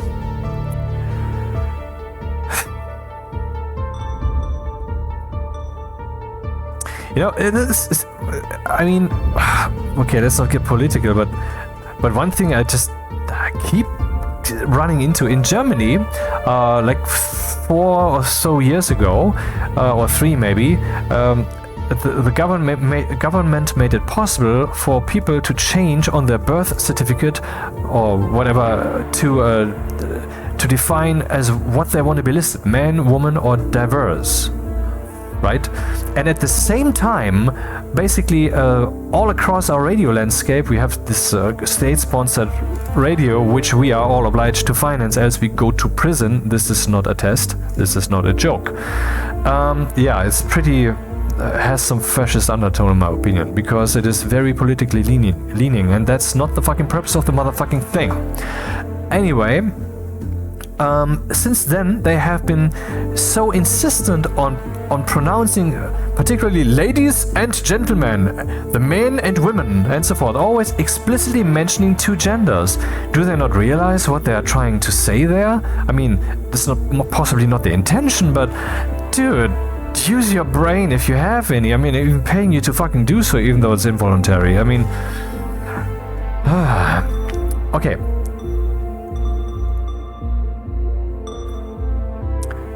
Equipped with a remote laser interferometer, is capable of detecting and mapping slight gravitational distortions within the rings. The data is presented in a manner similar to a topographical map, with high gravitational disturbances presented in hotter colors, signifying greater mass in the region. This may signify abundant mineral deposits if the visible ice mass does not reflect the readings.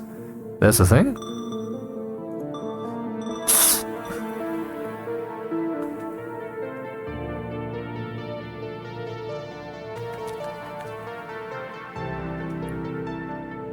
Aha, so we can see the value of an asteroid or something.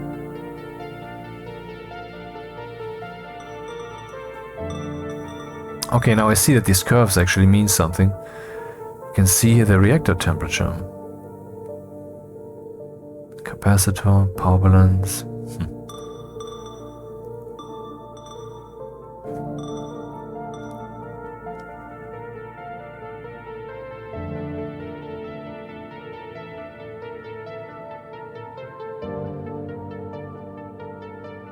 So we can define what it is supposed to look for or something?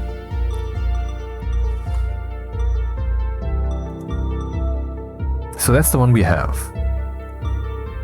And that's the one we could have for only, 30,000. No, that's too much for me for now. But way cool that we have this. Now let's check for the rest that I didn't actually check. Here we have the mass driver. Let's compare the 2 of these. Projectile mass 10 kilograms, and this one only 2 kilograms. Why would I buy that for more money? What does it do?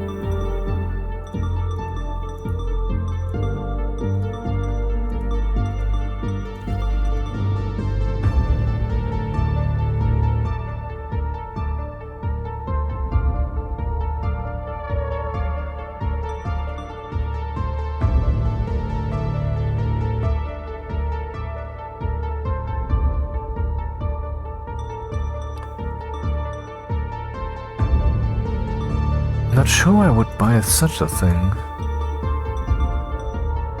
Maybe, I mean, projectile mass, we have to bring some mass for the mass driver, and so this thing uses less of that. So that would be one reason. Here we have a mass driver that uses 500 instead of 750 megawatts. Kilograms are the same. Muzzle velocity is lower. Rate of fire is higher, not that I really need that, or not aware of. Mass driven 5,000.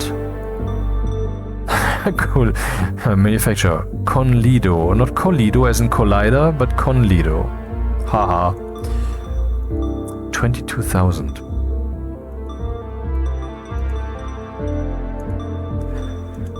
Same megawatts, same kilograms. Gimbal speed. Use a sensor to automatically adjust targeting within a narrow arc for more accurately distance targets. So I basically can just use a mouse to point at a thing and then press space or whatever that was. Yeah, space to shoot at it. That seems worthy. Not right now, but later. Oh, is this... What?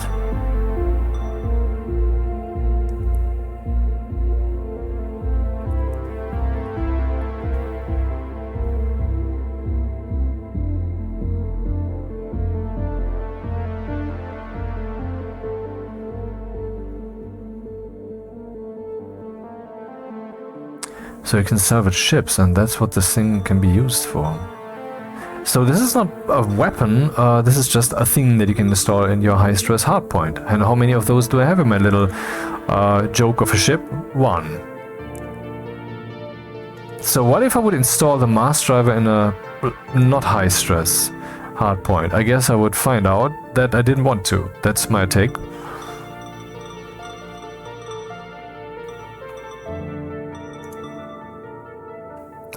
I mean, the way this is very convenient, and I can only say good product, man. Good product. I don't know if I will have much fun with this after 10 or so hours. I cannot tell, but I can say that it's a good product. This is just the love for detail and the simulation aspects. That's just the stuff that I like. Why do I have two low-stress hardpoints?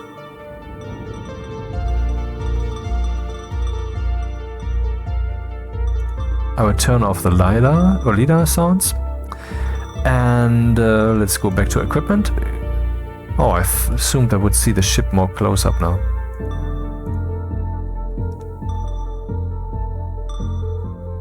Cannot zoom in. Unfortunate.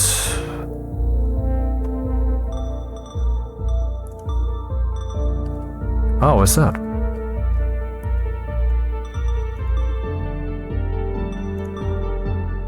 So this thing here, this is an impact absorber for high mass, low velocity collisions. Common in the rings, microwave beams and laser beams. Does not provide suitable protection from hypervelocity impacts of mass drivers. Credit can be disengaged in emergency. As in, I can just fly faster and turn faster without it then.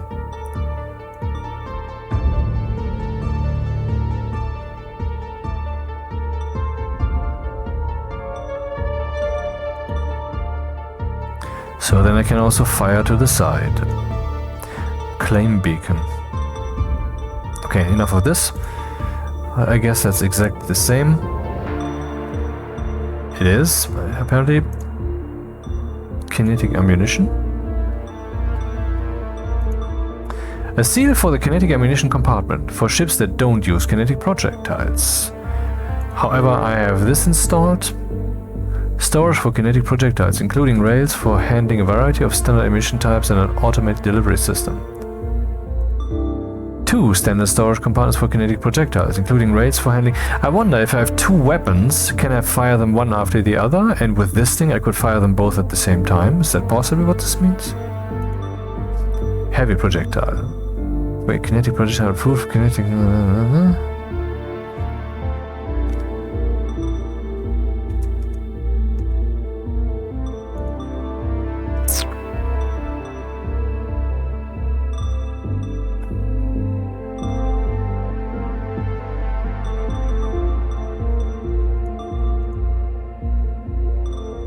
Standard propellant tank.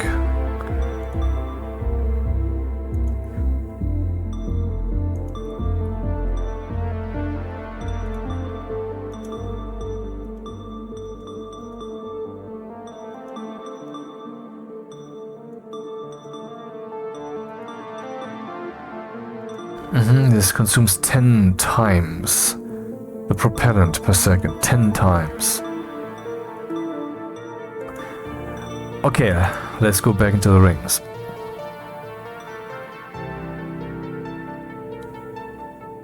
I wonder what the difference is. I mean, I already selected the other, I already tried the other thing, but...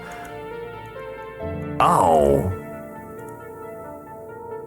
Okay, that's that, and I can say menu selection, I wonder if this will actually be very, very bad.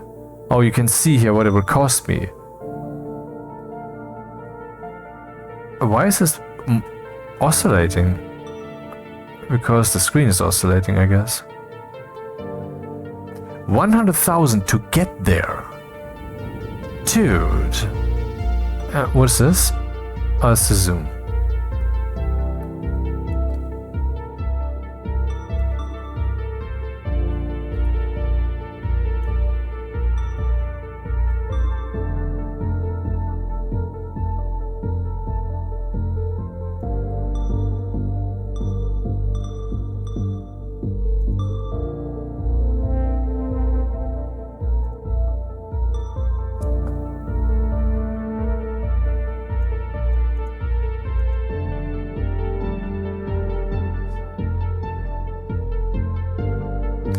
So this cost me 4,000. And if I just want to go in here immediately, it costs me 50,000.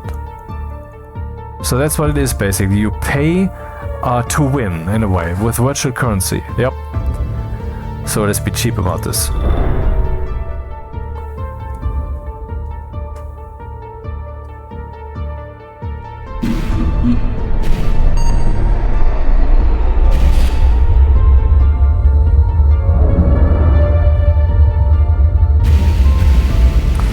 What is it again that I bought? Yes. The storage system so that I don't lose something out of my snout.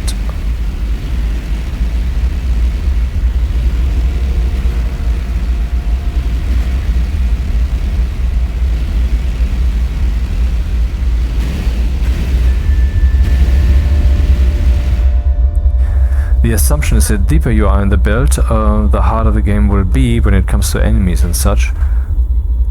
Yeah. I mean, that seems pretty straightforward to assume that.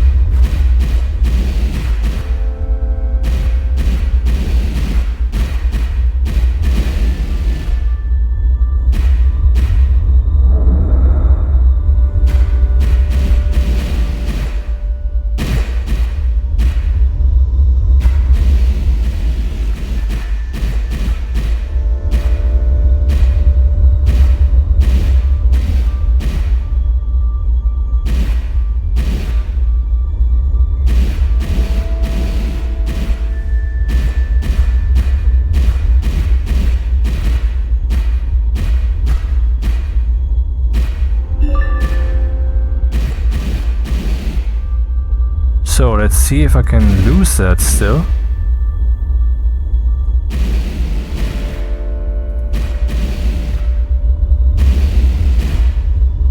Apparently not. Nice.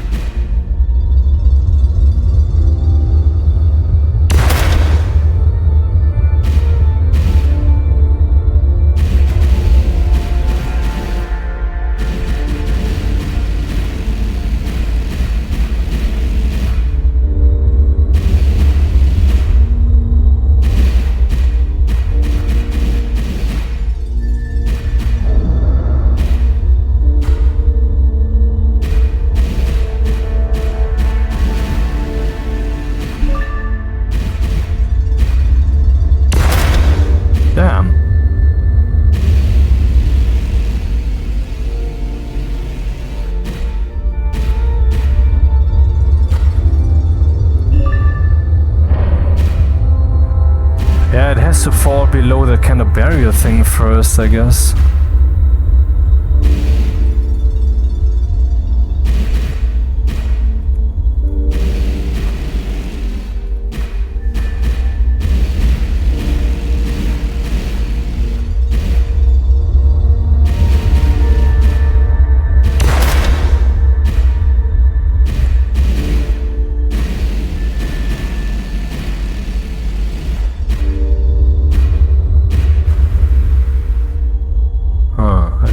Good. Ha ha ha.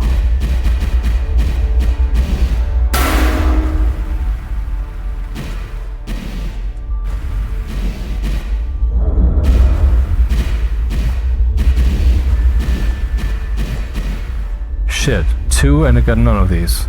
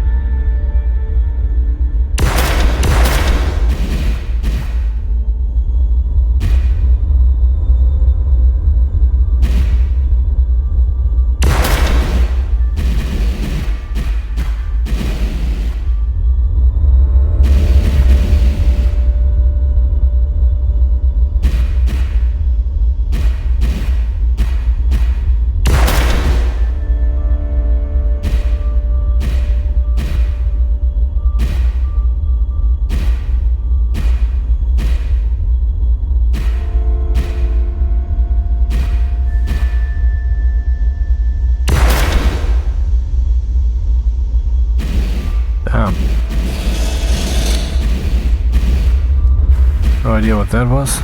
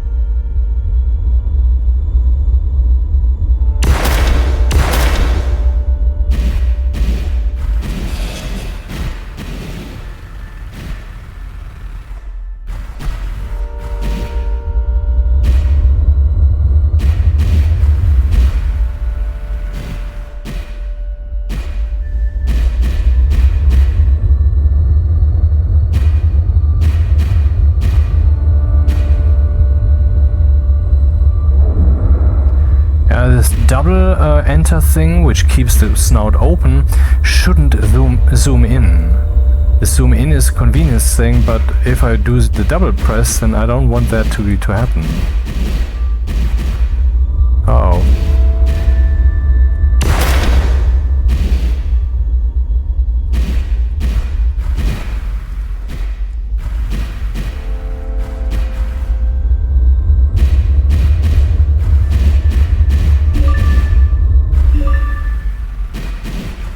Dude. Uh-oh. Alter. Not good.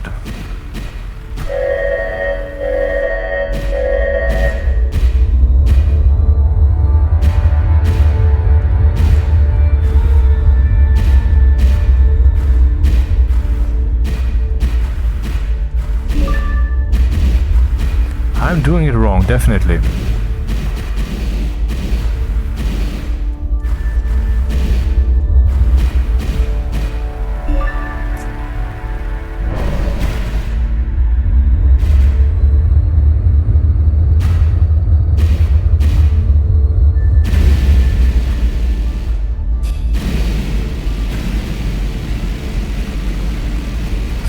Yeah, more powerful thrusters would be a good thing.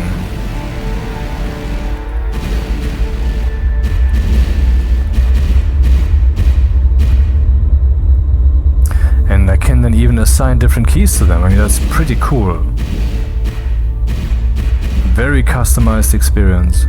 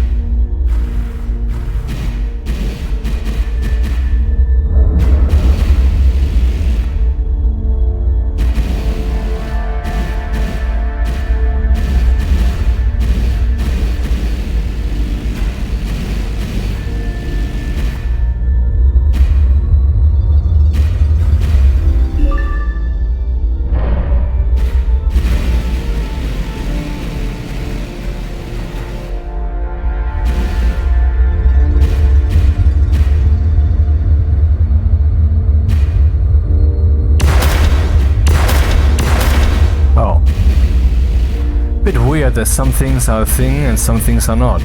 I wish that was a bit more clear. For example, is this a thing? It's not a thing.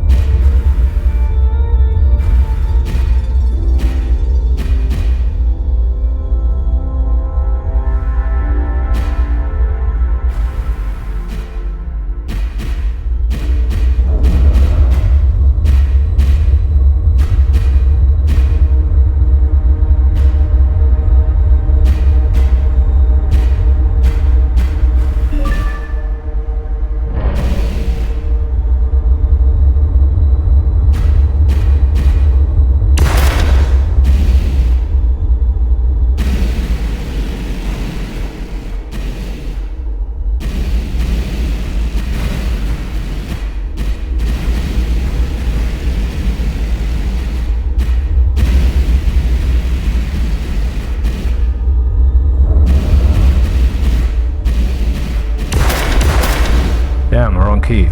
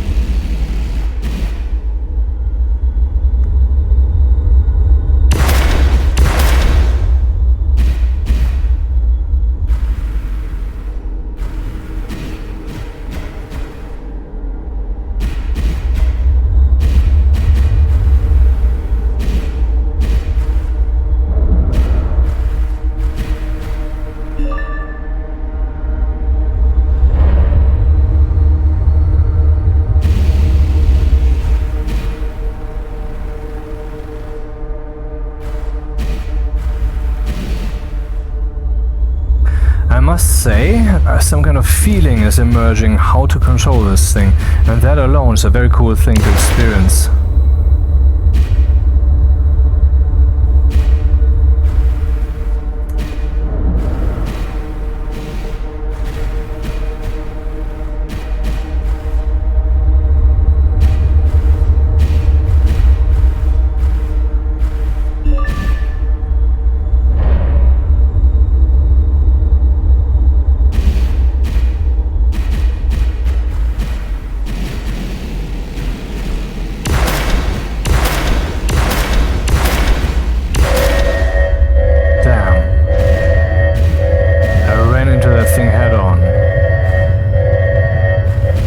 With my nuclear reactor, it appears. Yeah, it's overheating. So one way to remedy this is of course to run the torch, which needs propellant, so I need to... Fuel rods jammed. Okay, what can we do about this? Caused by rapid accelerations, increases time to engage and disengage the reactor, and temperature fluctuation may lead to meltdown.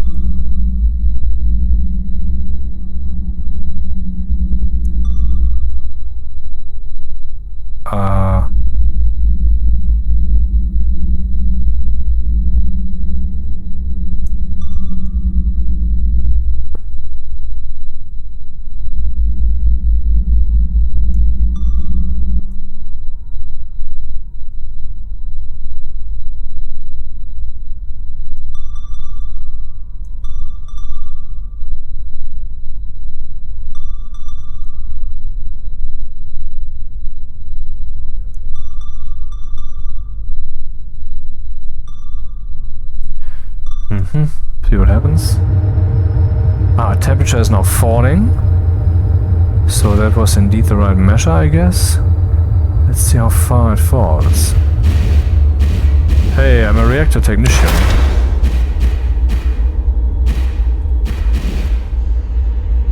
Now it's increasing again. How far would it increase? Aha, fluctuating about 3.6. That's fine. Okay, we're fine. But I should go back and repair that thing. Even though it will never be pristine.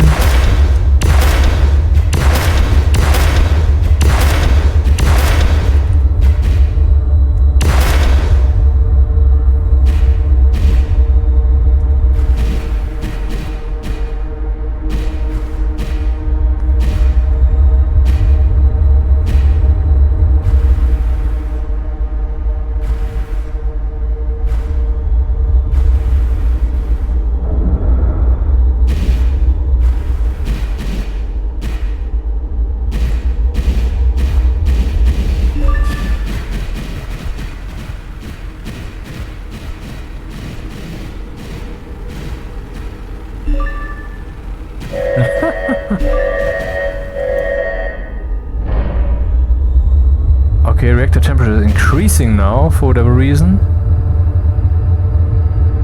Maybe that's some kind of electronic system that makes sure that the reactor will have enough juice depending on what I'm doing with the ship, and it was kind of overshooting it in its decision making.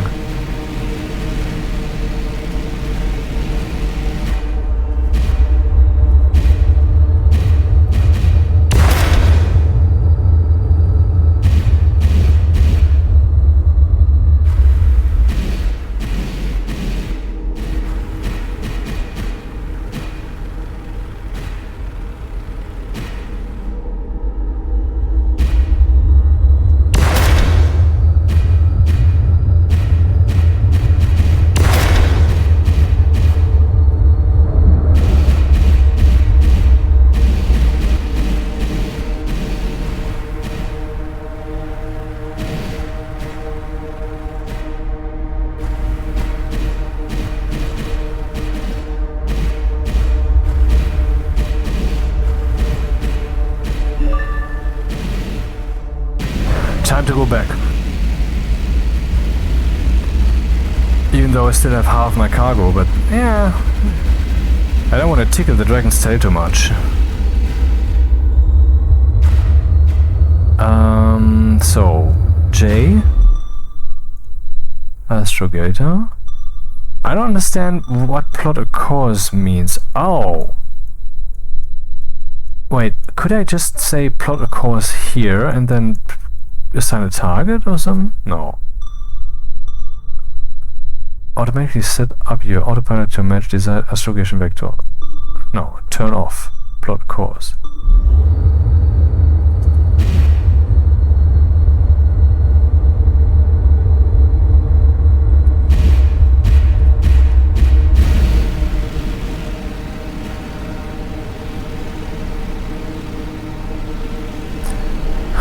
Not sure how that works. Maybe I even need other different equipment to make use of that feature.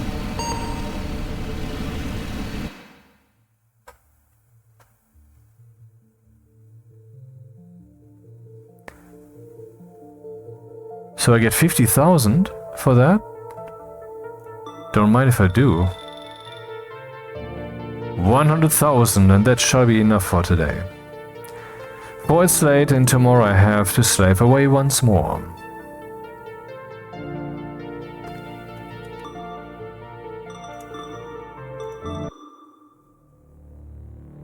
So I think I can recommend this thing, particularly for the current low price.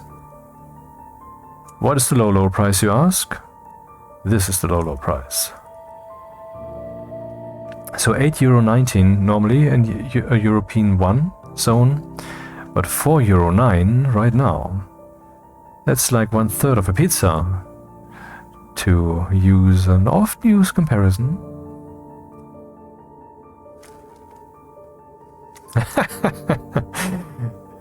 Rating, Germany, age 12. Violence. Violence? I think you mean violence. Good night.